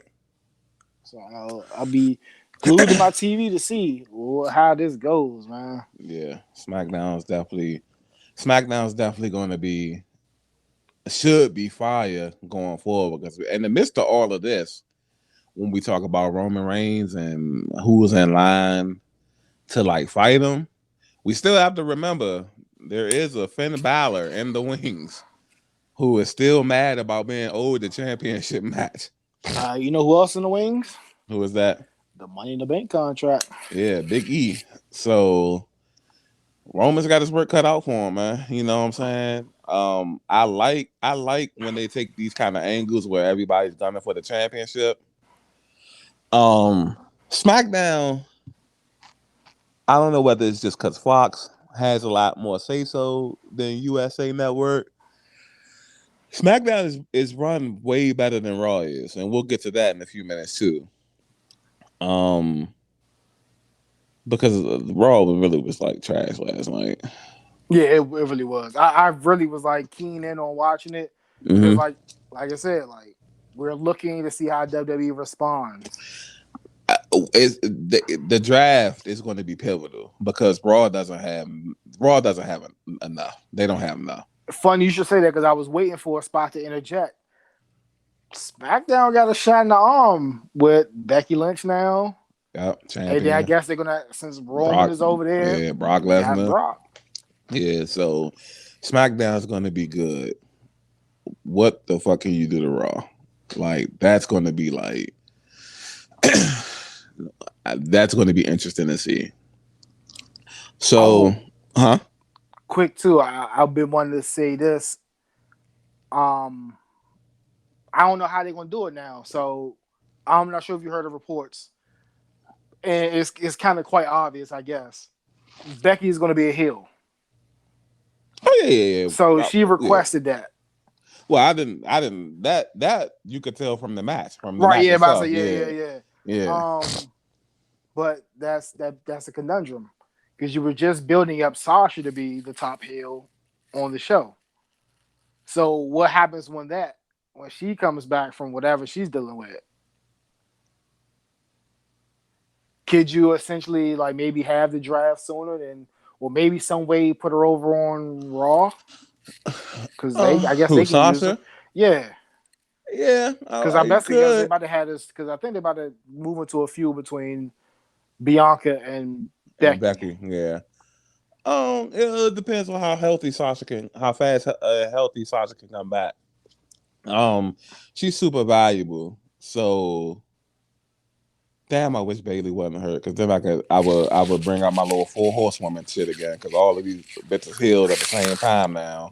Oh my god, that would be great. You can put the belts on both of them. The tag team belts on them, and then oh my god. Yep, and just that fast. And we just talked. What was that? Like a couple weeks ago on the podcast, we just talked about that, and that will make your brand. That'll be a move to make your brand strong. That would be must see TV. Yep, and damn it, Bailey, get well soon, boo.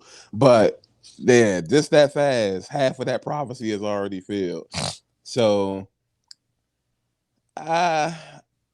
it depends because after Becky finished up with Bianca, which by the way she beat her at SummerSlam, this should be a quick feud. This shouldn't be no long unless they're going to use Becky to build up Bianca. Yeah, I hope so, but I don't see it. Like they say it's not a demotion for Bianca. but I don't see her getting that belt back though. She had it. Now, when you get squashed like that, that's a demotion. Yeah, but I'm saying that's what I'm saying. That's what Vince and them say. But Yeah. back to the angle. Maybe it could be a Mm-hmm. slow burn, Yeah. and they can do it. You know what I'm saying? Like have Charlotte and Becky running through the roster. Maybe at some point one of them get to like you build up a big matchup that might need help, and then Sasha helps, and then maybe hopefully Bailey isn't too far along. Because how long we probably think Bailey might need Well, now since the well, time passed. well, they said 9 months. It's only been like one. Oh damn! But Goddamn man. but what we know from history is that one, we don't even know what the fuck's wrong with Bailey. Right. Like the reports were like a torn ACL, but I've seen her doing some shit on social media where if she had a torn ACL, I don't think she would be doing it. True. Um, Two,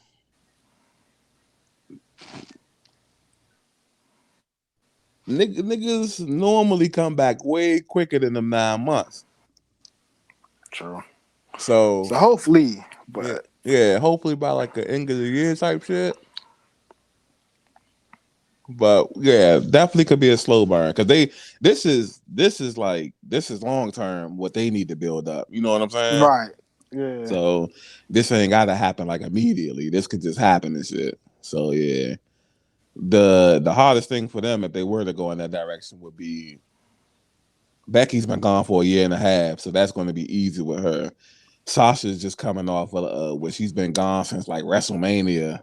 It's going to be easy for her. When Bailey come back, Bailey have been gone for like a year essentially, so it's going to be easy for her. It's to keep Charlotte relevant throughout all of this. You know what I'm saying? Yeah. Like people already like tired of her. So how are you going to like? But if you throw them in a group together, people are going to be on board. Yeah. So yeah, definitely.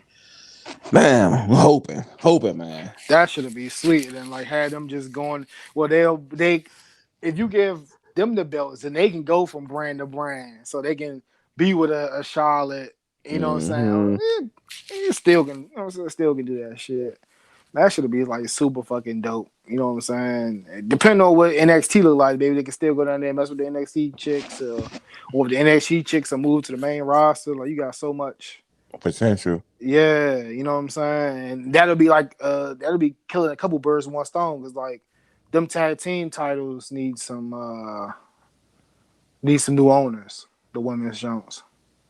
Oh yeah. We both agree with that. So we'll see going forward. Whenever they make those changes to NXT, which we're about to get into now, I fully expect a lot of that NXT talent to go to Monday Night Raw. Yeah, it needs to, like you said, they need some help. Mm-hmm. They Like, already got one of them, right? yes, Karrion Cross. yeah.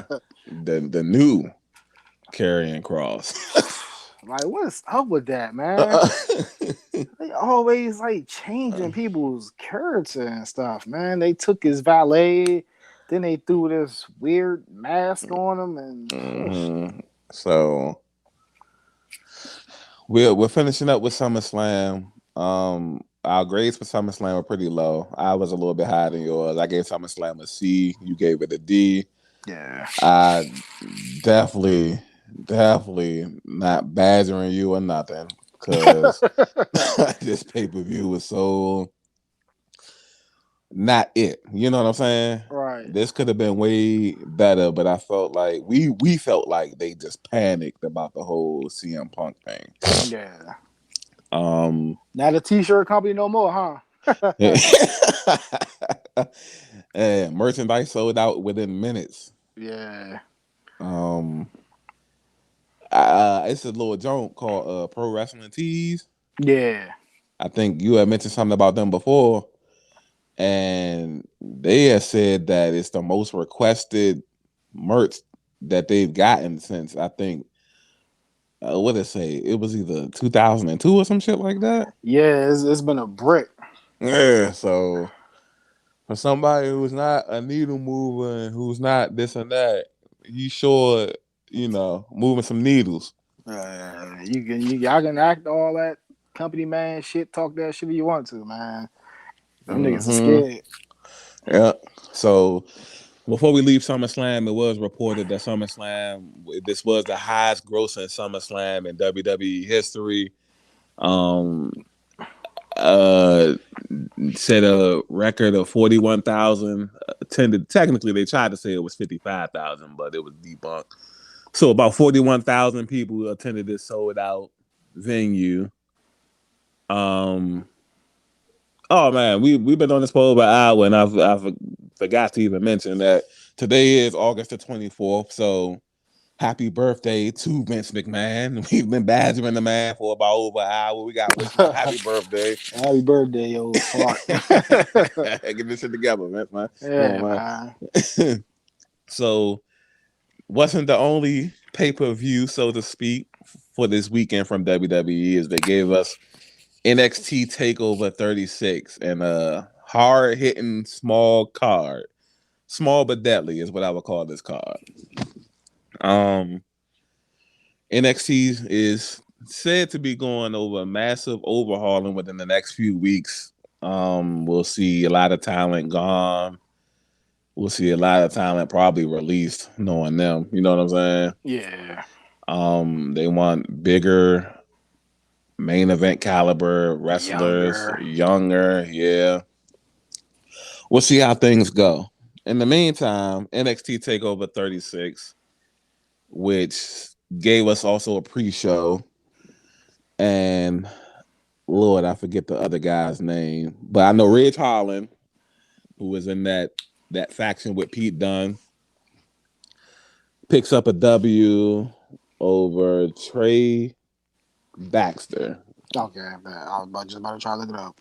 Yeah, got it. You're gonna have to go into a lot of these NXT matches because you were like way into this more than I was. I love Ridge Holland. Um, he's like a solid character. I feel like if done right, which could be said about 90% of the roster, unfortunately, they just aren't done right. If they done right, this could be a nice heel character. You know what I mean? Yeah. He's a bruiser. He's basically a bigger version of Pete Dunne. You know what I'm saying? Yeah. So how they call him the bruiserweight, he's like a big size bruiser. You know what I'm saying? Very physical, nice spots. Um, I like that wrestling is going in a direction where every heel doesn't have to cheat to win. True. Like I like the direction that's going there. You got anything you want to say about this match? Nah, you pretty much covered this match. It was a great match. Way to kick off NXT Takeover. Yeah. Yeah. So kicking off NXT Takeover Championship match, all Bucks. Let's see, Cameron Grimes with Ted DiBiase, Mr. Everybody Has a Price, versus LA Knight, who is the $1 million champion, which was made famous by Ted DiBiase, for the $1 million championship. And if Cameron Grimes loses, Ted DiBiase will have to be LA Knight's butler, so to speak. Um, this was a dope match. I like the storytelling. I like the backstories of how this led up to this moment. I like how Ted DiBiase is working with younger talent. He's using his $1 million championship to help get over talent. LA Knight is the rich heel. you know, I like nowadays that we're getting so many different variations of heels now. You know what I mean?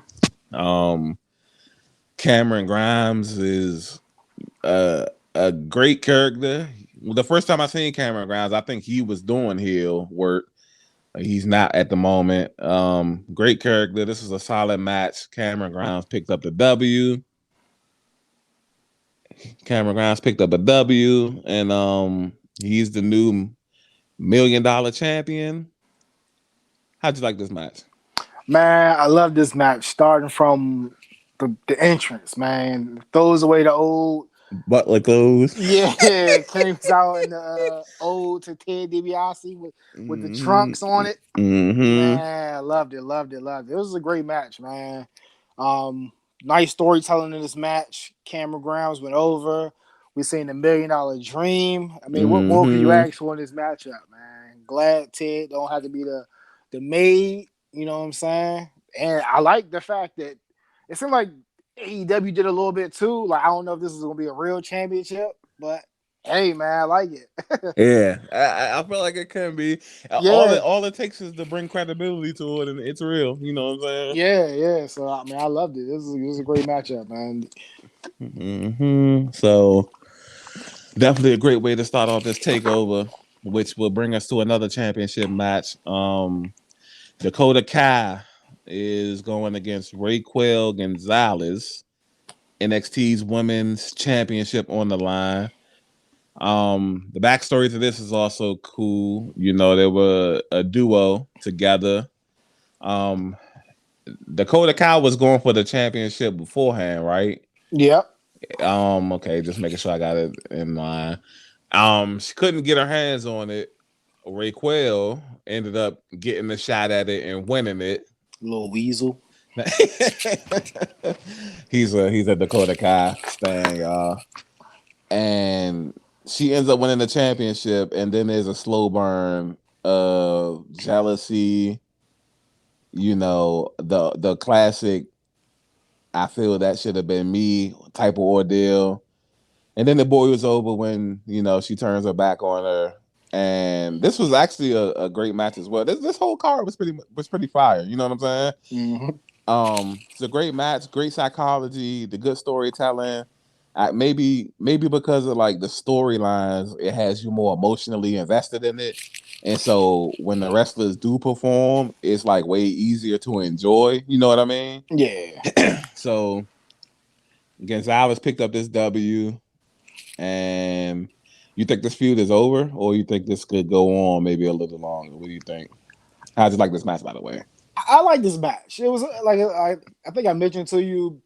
Did we watch this together? Yeah, yeah, Yeah. yeah. So it was like a little sloppy me nitpicking because I have high standards for Right, some of right. these wrestlers. So like I seen like a few spots where they didn't connect with like kicking and stuff like that. And like when she tried to hit her head in the turnbuckle, she missed. Had to come back around and hit her head on like little nitpicky stuff like that. But Got you. it was a great match. And I'm a little bit mad that my boo didn't pick up the victory. You know what I'm saying? It's just crazy how like she brought her to this business, brought her up, made her famous. You know what I'm saying? And just can't even Okay. get the title because just this snake. You always talk about a snake. Why you don't call her a snake? Well, I don't feel like that. I don't feel like she's a snake. You know, um, she had her chances. She just lost, and then when you know Raquel got her chance, she won. I mean, I don't feel like you know, But yeah, it was and she got a chance at Raquel and lost. So I don't know what more do you want. still a snake though. Still, I don't understand how you don't call her a snake. But it's cool though. It's cool though. It's cool though. You He's know, a so little, you win some, you lose some. right, and But she I did just like the finish to this matchup though. She tried to go to the well too many times with that kick in the corner.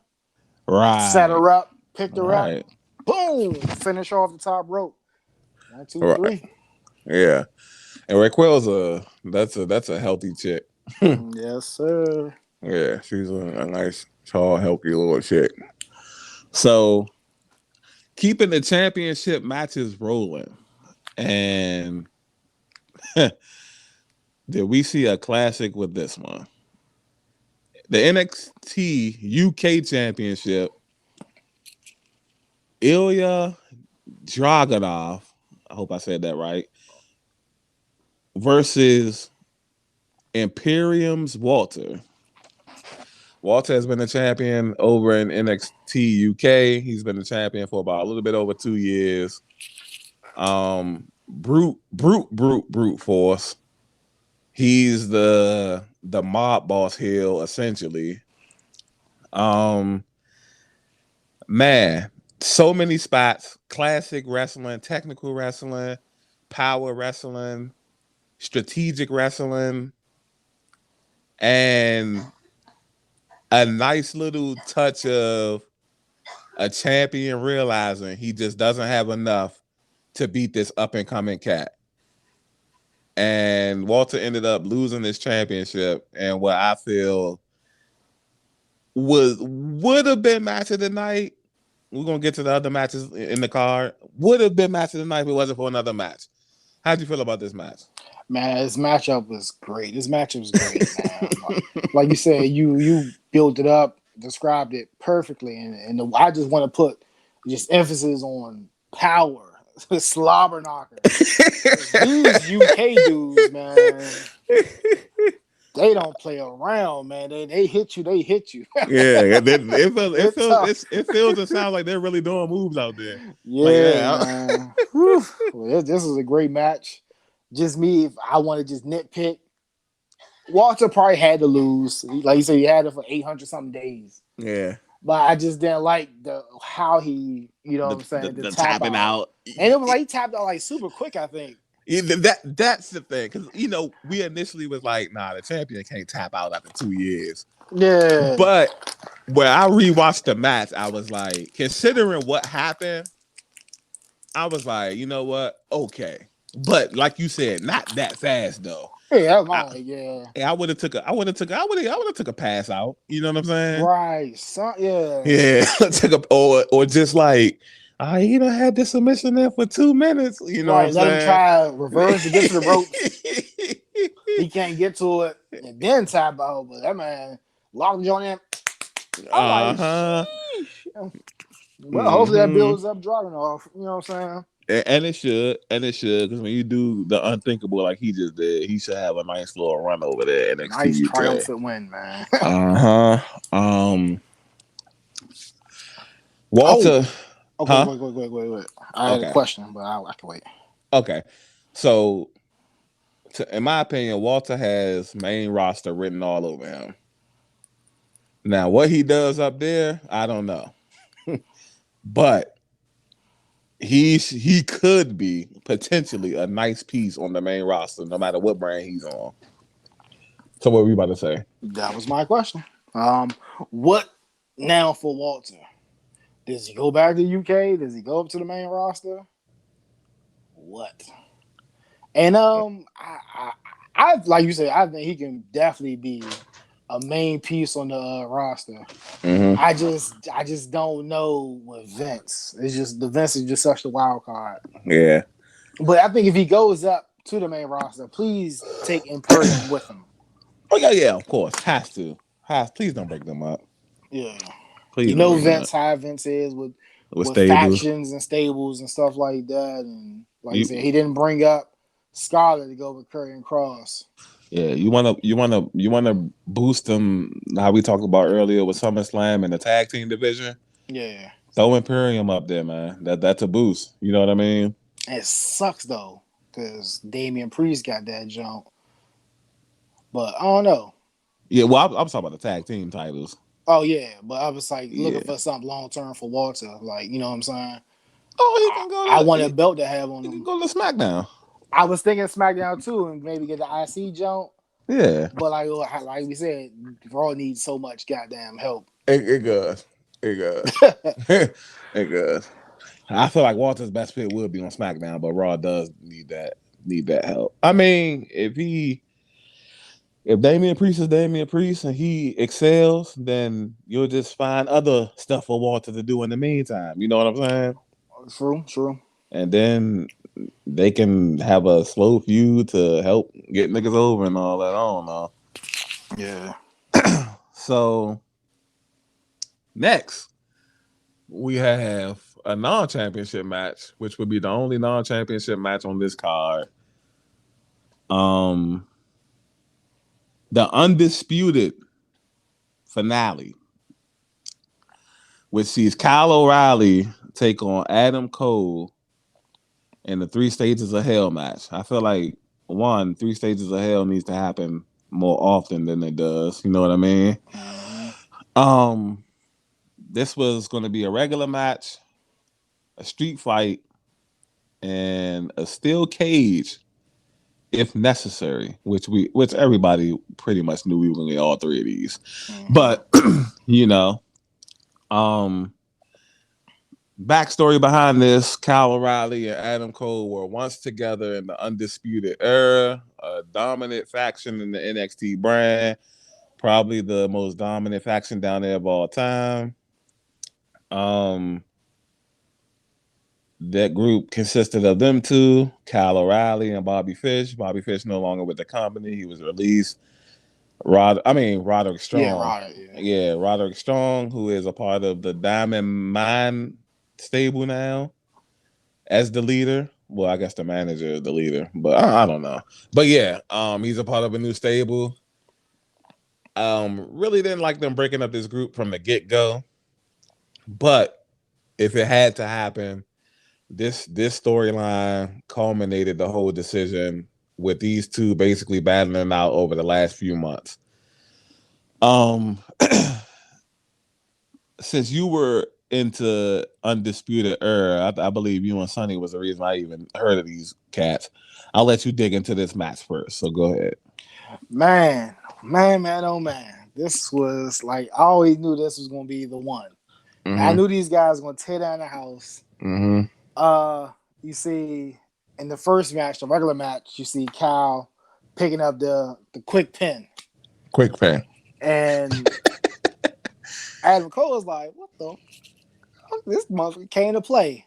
Mm-hmm. So now we came to the stipulation that fits Adam Cole the best. The Mm-hmm. street fight. Immediately after the pin, my man went smack and got the weapons. Like me, when I play WWE 2K, I go get them weapons. And they just had so many different spots with all the weapons, the kendo sticks, the chairs, Mm-hmm. chains. Man, just the psychology these guys use, man. Like, you know how they always do like the punching each other, standing in the middle of the ring, punching each other. They did that with the chains on the fist, man. Like it Mm-hmm. was a great match. And of course, Adam Cole picked up the win in the street fight. All up, 1-1. Mm-hmm. And then he goes on a tear. While they trying to set up for the cage match, he's still just beating the crap out of Cal O'Reilly.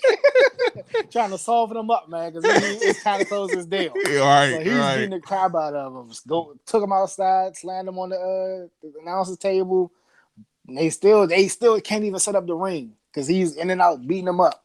And it was cool the way the steel cage came down. Remember, like I was told, like, damn, when I'm looking up there, I'm like, is it a steel cage up there? But the way they had it come down to 4 pieces as opposed to one big steel cage. Oh, okay, got So that's why I didn't see it. The joint just came down flat, and then they lowered it, and then they do their whole thing fastening and all that. So the steel cage is there. You still can use your weapons and still in the steel cage. Mm-hmm. This Bama handcuffs him to the ropes. Love it. Yeah, and Cal O'Reilly still was able to pick up the win, handcuffed to the rope, one-handed with the submission. It sucked. My man had to lose. I'm a big Adam Cole fan, but we all know why he lost and what's looming, what's on the horizon with that. Mm-hmm. How did you feel about this match, Teddy? So a few minutes ago, I said that if it wasn't for a certain match, Ilion versus Walter would have been match of the night. This was the match of the night. Nice. Now, initially, this is where we had split up. I fell asleep on Takeover. Mm-hmm. After Kyle O'Reilly got the quick pin, I dozed off. So I had to rewatch this early the next morning. Now it was about 3-4 o'clock in the morning or whatever. I rewatched it and whatnot. So, like you said, man, just the psychology of everything and doing things we've never seen before. Like we've seen 3 stages of hell before. To be whooping your opponent while they're trying to set up the last stipulation of the match. It's like that's brilliant. You know what I'm saying? Yeah. And it's realistic because you would think, and I remember I could think back to the most iconic 3 stages of hell match was between Triple H and Shawn Michaels, and the third fall was a Hell in a Cell match.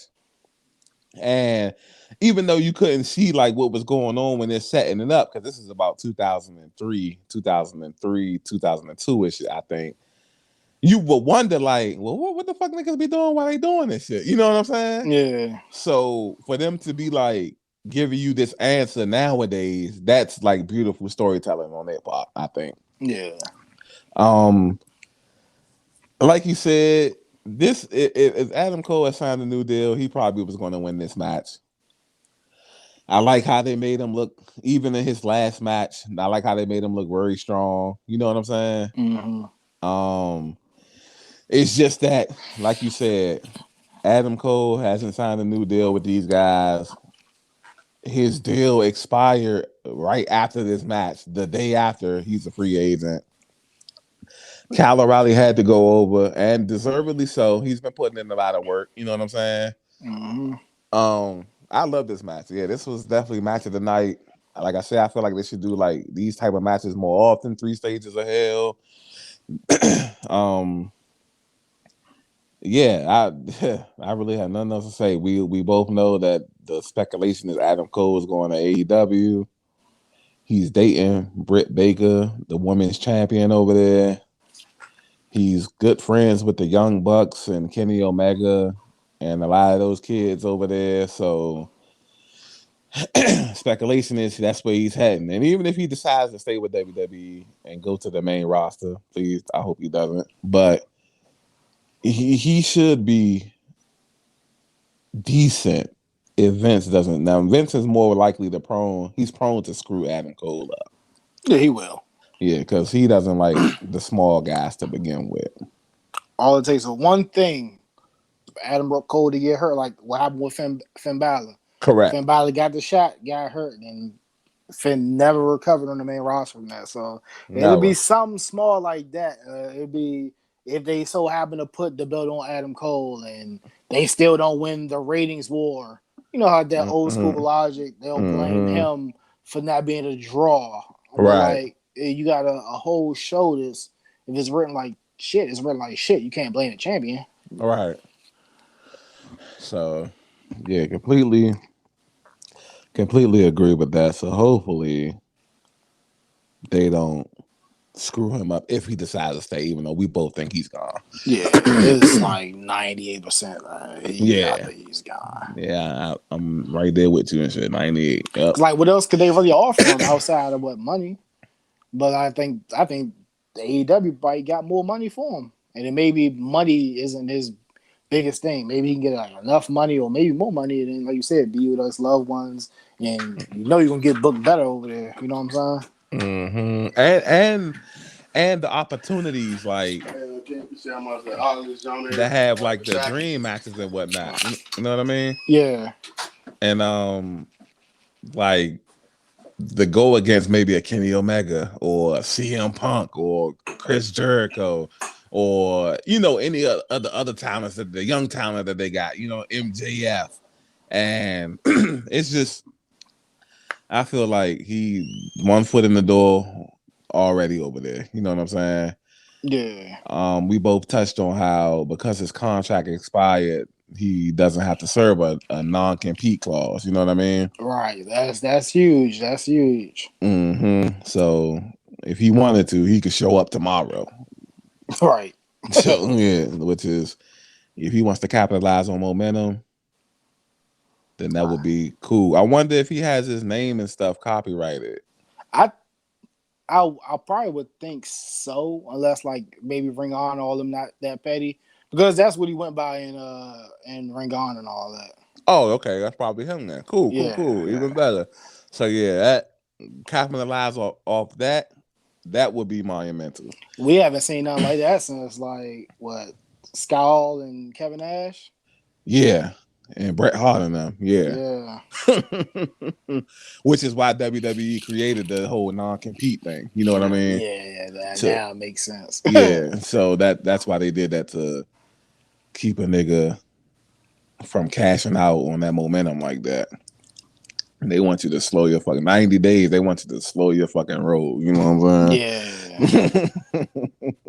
Like, you got to start from ground zero, buddy. So This brings us to the last match of the night, which is we're back to the championship matches, which sees a in-ring return of Samoa, or how they be saying it on TV, Samoa. Samoa Joe versus NXT champion Karrion Kross. Tick tick. Or TikTok. You say TikTok, right? I'm not even sure. I ain't heard that one. Yeah. Yeah. No, that's his little, because you always say your time is up. And then he Oh, did a okay. little TikTok. I guess it's TikTok or whatever. Yeah, So that's more synonymous with time. yeah. So of course, we pretty much saw this coming. Samoa Joe defeats Karrion Kross and what's like pretty much a slobber knocker. Karrion Kross has been on the main roster for about a little bit over a month now. So we kind of saw it was inevitable. He was going to drop this title. We also starting to see the inevitable of them already changing him up, not letting him do certain things on the main roster that he's done down here. No valet, like you said, the new wardrobe where he's just like some type of warrior. I like this match. Not necessarily like in the results, but they probably don't have a choice at this point. You know what I mean? Yeah. If he doesn't drop it to Samoa Joe, who's he going to drop it to that's worthy of a Samoa Joe? You know what I'm saying? Yeah. So, and then they're probably pressing. Vince is probably pressing like H and them to, yeah, hurry up and get the title off him so we can have him full time on Raw. You know what I'm saying? Yeah. Because he's been pulling double duty for about a month now. So, decent match. I like it. Like, how'd you feel about this? Yeah, like you said, it's a decent match. I Yeah. say like majority of I ain't gonna think I was in and out too. During this point, yeah, it was like a little bit late on a Sunday. I was a little bit Yeah. tired, but it was a good match from what I Yeah. seen. Yeah. So Samoa Joe picks up the victory. Uh, I wanna say he got a pinfall victory using a move that I don't think Samoa Joe has a finisher that's not that cocaine clutch, right? Actually, story time, slight story time. Okay. This, when you remember when Small Joe first came to WWE Mm-hmm. and he was wrestling on the dark matches and stuff. Okay. I think this is the move that hurt Tyson Kidd. Wow. Yeah. So that's probably why you haven't seen him do it too much. I think that's the move that hurt Tyson Kidd. Wow. Okay. So that's wow. Okay, didn't know that. So then now it makes sense. So maybe that's just been his finisher. And he's only allowed to use it once in the blue moon, like how they took away Seth's curb stomp. You know what I'm saying? Yeah. For a couple of years, and now he's back doing that. So maybe this is one of those type of deals. Yeah, you got less restrictions down at NXT. Facts. So Karrion Kross should be on the main roster full time now. No, no NXT double duty no more. Interesting to see where they go with as far as Samoa Joe. Like the direction of Samoa Joe, like you're gonna have to be like a wily veteran to become champion now. You know what I'm saying? Yeah. Um, you're basically going to be earning that championship. Like, Yeah. Like, who does he feud with now? right. Maybe a Kyle O'Reilly while Kyle O'Reilly's still there. Yeah. And then maybe somebody just like steps up to the challenge, somebody new, somebody fresh. Mm-hmm. Yeah. Well, I could definitely tune in. We get NXT tonight, whole T. Facts. So yeah, that we'll see about that. And then that brings us to Monday Night Raw, which was by both our standards trash. Nah, it wasn't trash. It was trash. Right. So we don't even have to get super in depth about Monday Night Raw, but it starts off with Bobby Lashley coming out, obviously to cut a promo about, Goldberg and this and that. He's interrupted by the new United States champion. And this with typical Monday Night Raw fashion, they get into it and they end up squabbling, and he ends up getting the match with Bobby Lashley. Now this is the first. I haven't seen this before. So I've never seen in wrestling somebody come out, get the championship entrance and all of that, blah, blah, blah, leave, change their clothes, and immediately come right back out with another championship entrance and all of that. Is that the first time you've seen that too? Or Yeah, as far as I can remember, yeah, definitely. Yeah, so I was like, wow, I've never seen that before. Like, comes out with the suit on and does this whole little regular ordeal, and then sets up a match. He has to go change his clothes, and then they take a quick commercial break, and back from commercial break, he gets the grand entrance all over again. Like that. Yeah, I haven't seen that. So obviously, Damian Priest is interfered with by Sheamus, who he beat for the title of SummerSlam. And then Drew McIntyre, Lord have mercy, comes out once the two heels get the upper hand, and then predictably this turns into a tag match. This was kind of just all over the place. Like, why is Damian Priest even approaching Bobby Lashley? Yeah. Why is Drew McIntyre coming to his defense? You know what I mean? Yeah. Like, just, you got anything you want to say about this before I move on? No, not really. Like you said, it was all over the place. I had that question too. It's like, why is Damian Priest, who just won the title, is coming at Bobby Lashley? Like what's his beef with Bobby? I know you call him a coward and all that, but it's like, why? It just didn't make sense. It's like, I mean, it's just bad booking, and like you said, this was like goes into this is why this show is so shit. Right. And without even getting into like every single match and all of this and that, blah, blah, blah, I'm just going to give you like a few notables from the show. Is that cool? Yeah, of course. Yeah. Very quickly, Eva Marie attacked Doudrop backstage. So we're heading towards that kind of feud. Who wants to see that? Nobody. Karrion Kross defeated Ricochet. Ricochet is one of the most talented sacrifices I might have ever seen in my life. Yeah. Karrion Kross, we already talked about him. At the moment, there's no Scarlett on the main roster with him. He, like you said, he has the mask. He's very remnants of a warrior now. He got like some type of like straps or suspenders or some shit, right? Too, right? Right. To go with the whole warrior little outlook. Like too close to the Viking Warriors or some shit to me. For me. Right. Maybe that's a new stable they might be on. You never know. You know what I'm saying? Yeah.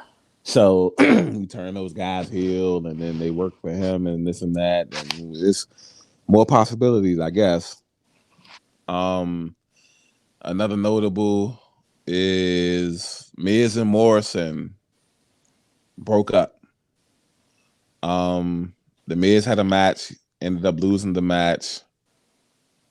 And Johnny dipshit costing the match, man. Just so many messes up, so many mishaps, man. Definitely, get it together, man. Definitely a lot of mishaps. So, the Miz took his heel character to another level, attacked John Morrison, and I'm guessing going forward he's going to be more of a serious heel than the joking Hollywood heels that they've been recently. You know what I mean? Mm-hmm. How do you feel about that? I mean, it was okay. I think it could have been sold a little bit better, but yeah. I mean, I guess it's something I could be cool with. You know what I'm saying? For like a mid tier, mid card feud. So I'm not too mad at it. It's probably one of the bright spots on this Raw episode. Yeah, I liked it. Mansoor defeated Jinder Mahal after Jinder Mahal got disqualified for not breaking the 5 count in the corner. Ruthless aggression, man. It clearly did not care about winning this match, having this match. Just needed to get out some, like you said, some aggression. You know what I'm saying?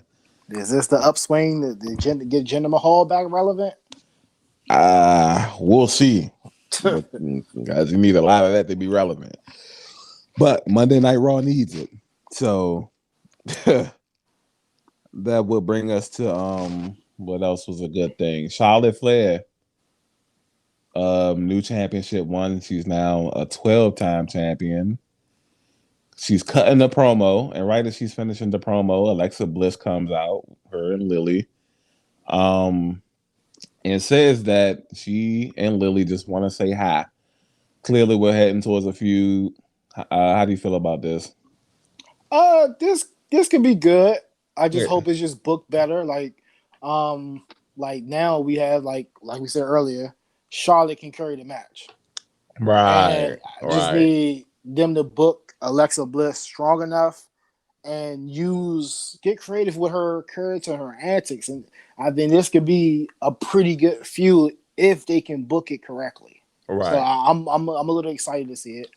I don't think I'm not sure. It's not. I know it's not an overwashed down one. How many times have we seen Alexa versus Charlotte? A couple times, I think. Nothing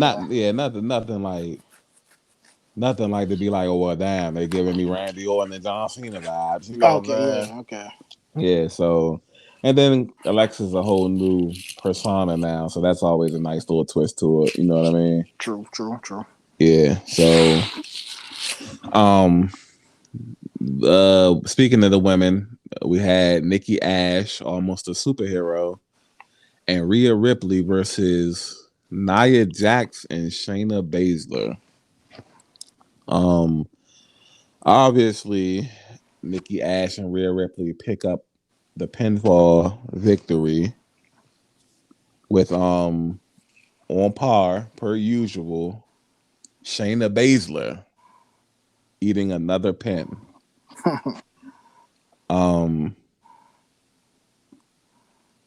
What do you feel about this?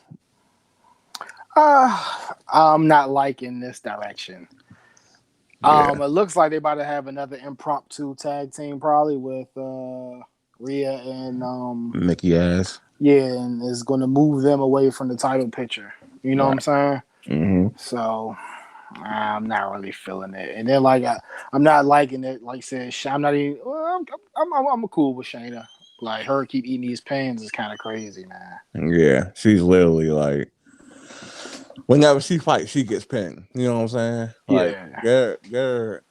they're fucking with her mentally. You know what I'm saying? Yeah. If as talented as she is, it's no excuse for her.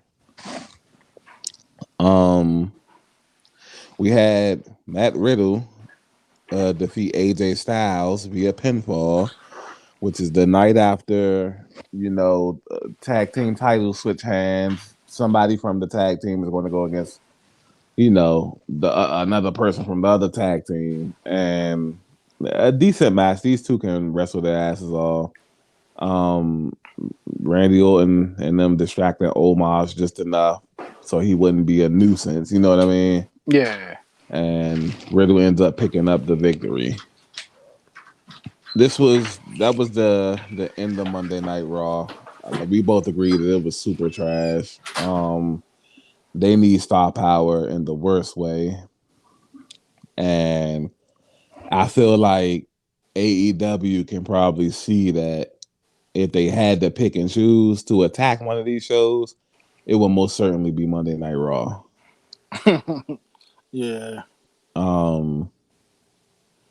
The only thing I wouldn't say that I know they wouldn't move to Monday nights because of Monday Night Football. I think that would be the only thing keeping them from that. You know what I'm saying? Yeah. As we saw last night, the New Orleans Saints played the Jacksonville Jaguars, and Tony Khan is part owner of the Jaguars. So why would you want to take away from your own money? You know what I'm saying? Yeah. So his father owns the Jaguars. So and it's also cool to see that every time we see the Jaguars play, it's fueling AEW. Isn't that something cool to just like keep note on and shit? Yeah, yep. That's a good tidbit right there. Yeah. So definitely wouldn't want to do that. Don't need to, but yeah, they're like you said way earlier in the podcast. They're improving rapidly, man. It's what a time to be a wrestling fan right now, right?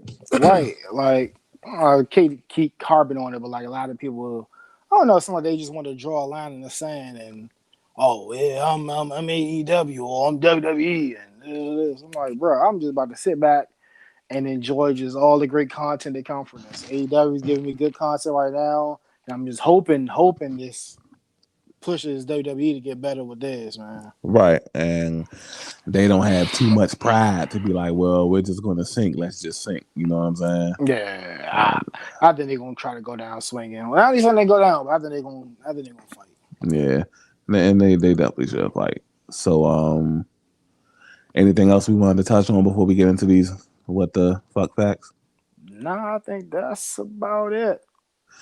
Okay, so y'all know before we get up out of here, we always like to give y'all some facts that make you, at least we try to make you say like, what the fuck? You know what I'm saying? So I think I got a decent one today.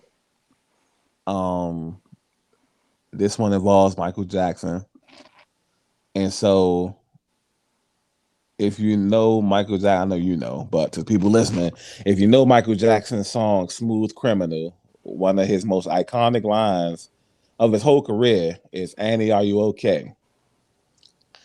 Now, a lot of people speculate that Annie was once a female that Michael Jackson used to talk to or used to date, and was referencing her in a classic song.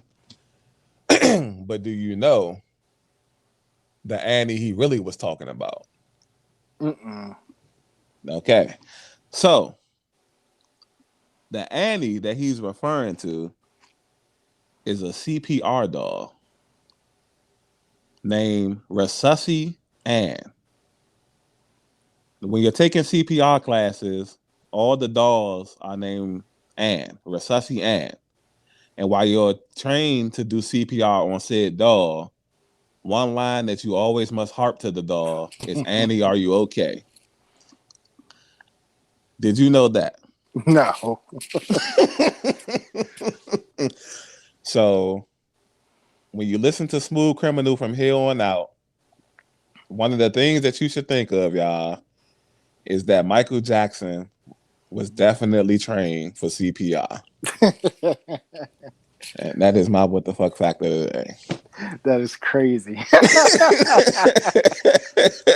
Oh man, like it's just amazing the stuff that gets thrown into lyrics these days. It was like it's like cool, like when you hear about it, like damn, that's fucking crazy. Oh man. All right, so I got a decent what the fuck Mm-hmm. fact. Mm-hmm. So did you know back in the day when they were taking pictures, they didn't always say cheese. You know what I'm saying? The photographer wasn't always telling you to say cheese. Okay. And that was because back in the 1800s, dental work wasn't that great. So the people didn't want to smile. Okay. So the photographer used to tell the people prunes, which will make your face a more serious face because they didn't have the great dental work, so they didn't have good smiles. And Mm-hmm. also back then, taking pictures and photography was a luxury. So it was kind of frowned upon to be smiling, joking when you're taking these pictures. It Right. didn't happen until like maybe 180 years later.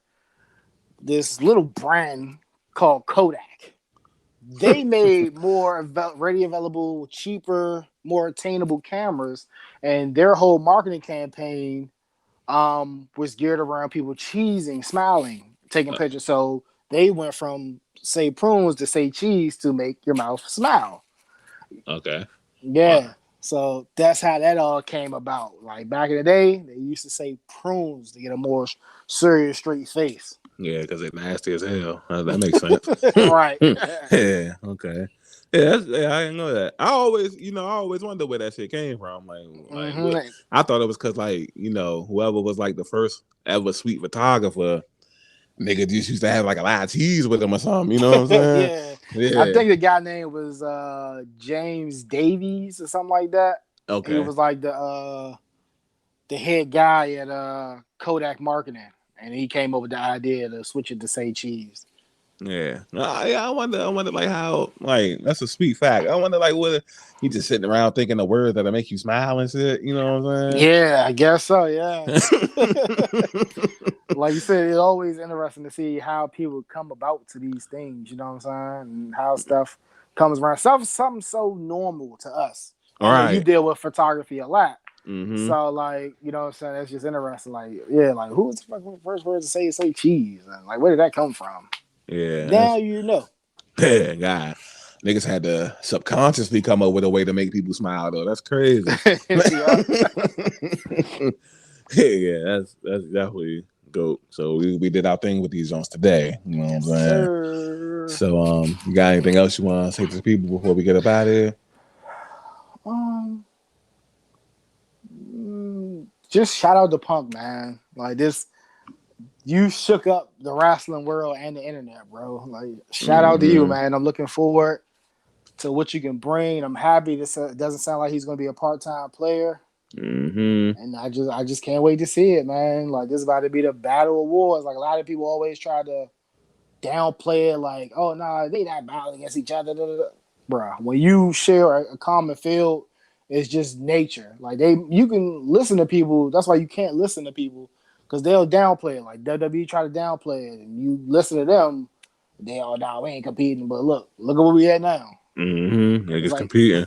yeah, it's like back in the day, like when like the whole Nikki and Remy thing went down, they try to say, no, we ain't beef. I ain't got none of it. Then two diss tracks come out of nowhere. Right. Yeah. Yeah. Definitely shout out to CM Punk, man. He got this shit rolling. um, and what I feel like is even better. This could be even better than like the Monday Night Wars and all of that. Is because nowadays wrestling come on so much. Yeah. Like, and granted, both of them had two shows apiece back then, but WCW's second show wasn't as big. Thunder. Yeah, as high like what could possibly be now. You know what I'm saying? Correct. Yeah. So you got the Raw and you got the SmackDown and you got NXT and then you got like Rampage and then you got Dynamite. And then I'm because they also got the AEW Dark, Right. and that's just confined to YouTube. But eventually I really expect that to be like on I ain't gonna say as much as on TV, but more like bigger than what it is. You know what I'm saying? Yeah, it's a possibility, man. The And way they growing. yeah, and that's their version of like NXT, which also happens on Tuesday nights. You know what I'm saying? Mm-hmm. So yeah, definitely a time to be. And another thing that we could touch on about AEW in general is that they got a lot of resources because they're working with multiple promotions. Yeah. Yeah. So That's so dope, man. yeah, It's just like what we wanted back in the day, but we couldn't get it because they were like rival companies. Like, you always wanted to see like the Undertaker, Sting, and mm-hmm, whoever NWO versus DX. You know what I'm saying? mm-hmm, yeah. And with these promotions now, you're getting shit like, the Bullet Club versus like All Elite in them. You know what I'm saying? Yeah. So yeah, definitely like you said, sit back, kick your feet up, soak up some content. We're gonna get NXT tonight, AEW tomorrow. If you desperate, TNA on Thursdays, and then SmackDown on Fridays. Almost every day of the week. And Rampage Fridays. Yeah, and Rampage, not bad. Yeah. So literally Monday through Friday, there's wrestling on for you. Yeah, like you said, what a time to be a wrestling fan. Mm-hmm. So with that being said, we're gonna leave it at that. And it's been another Head for the Hills podcast. And we out. Bye.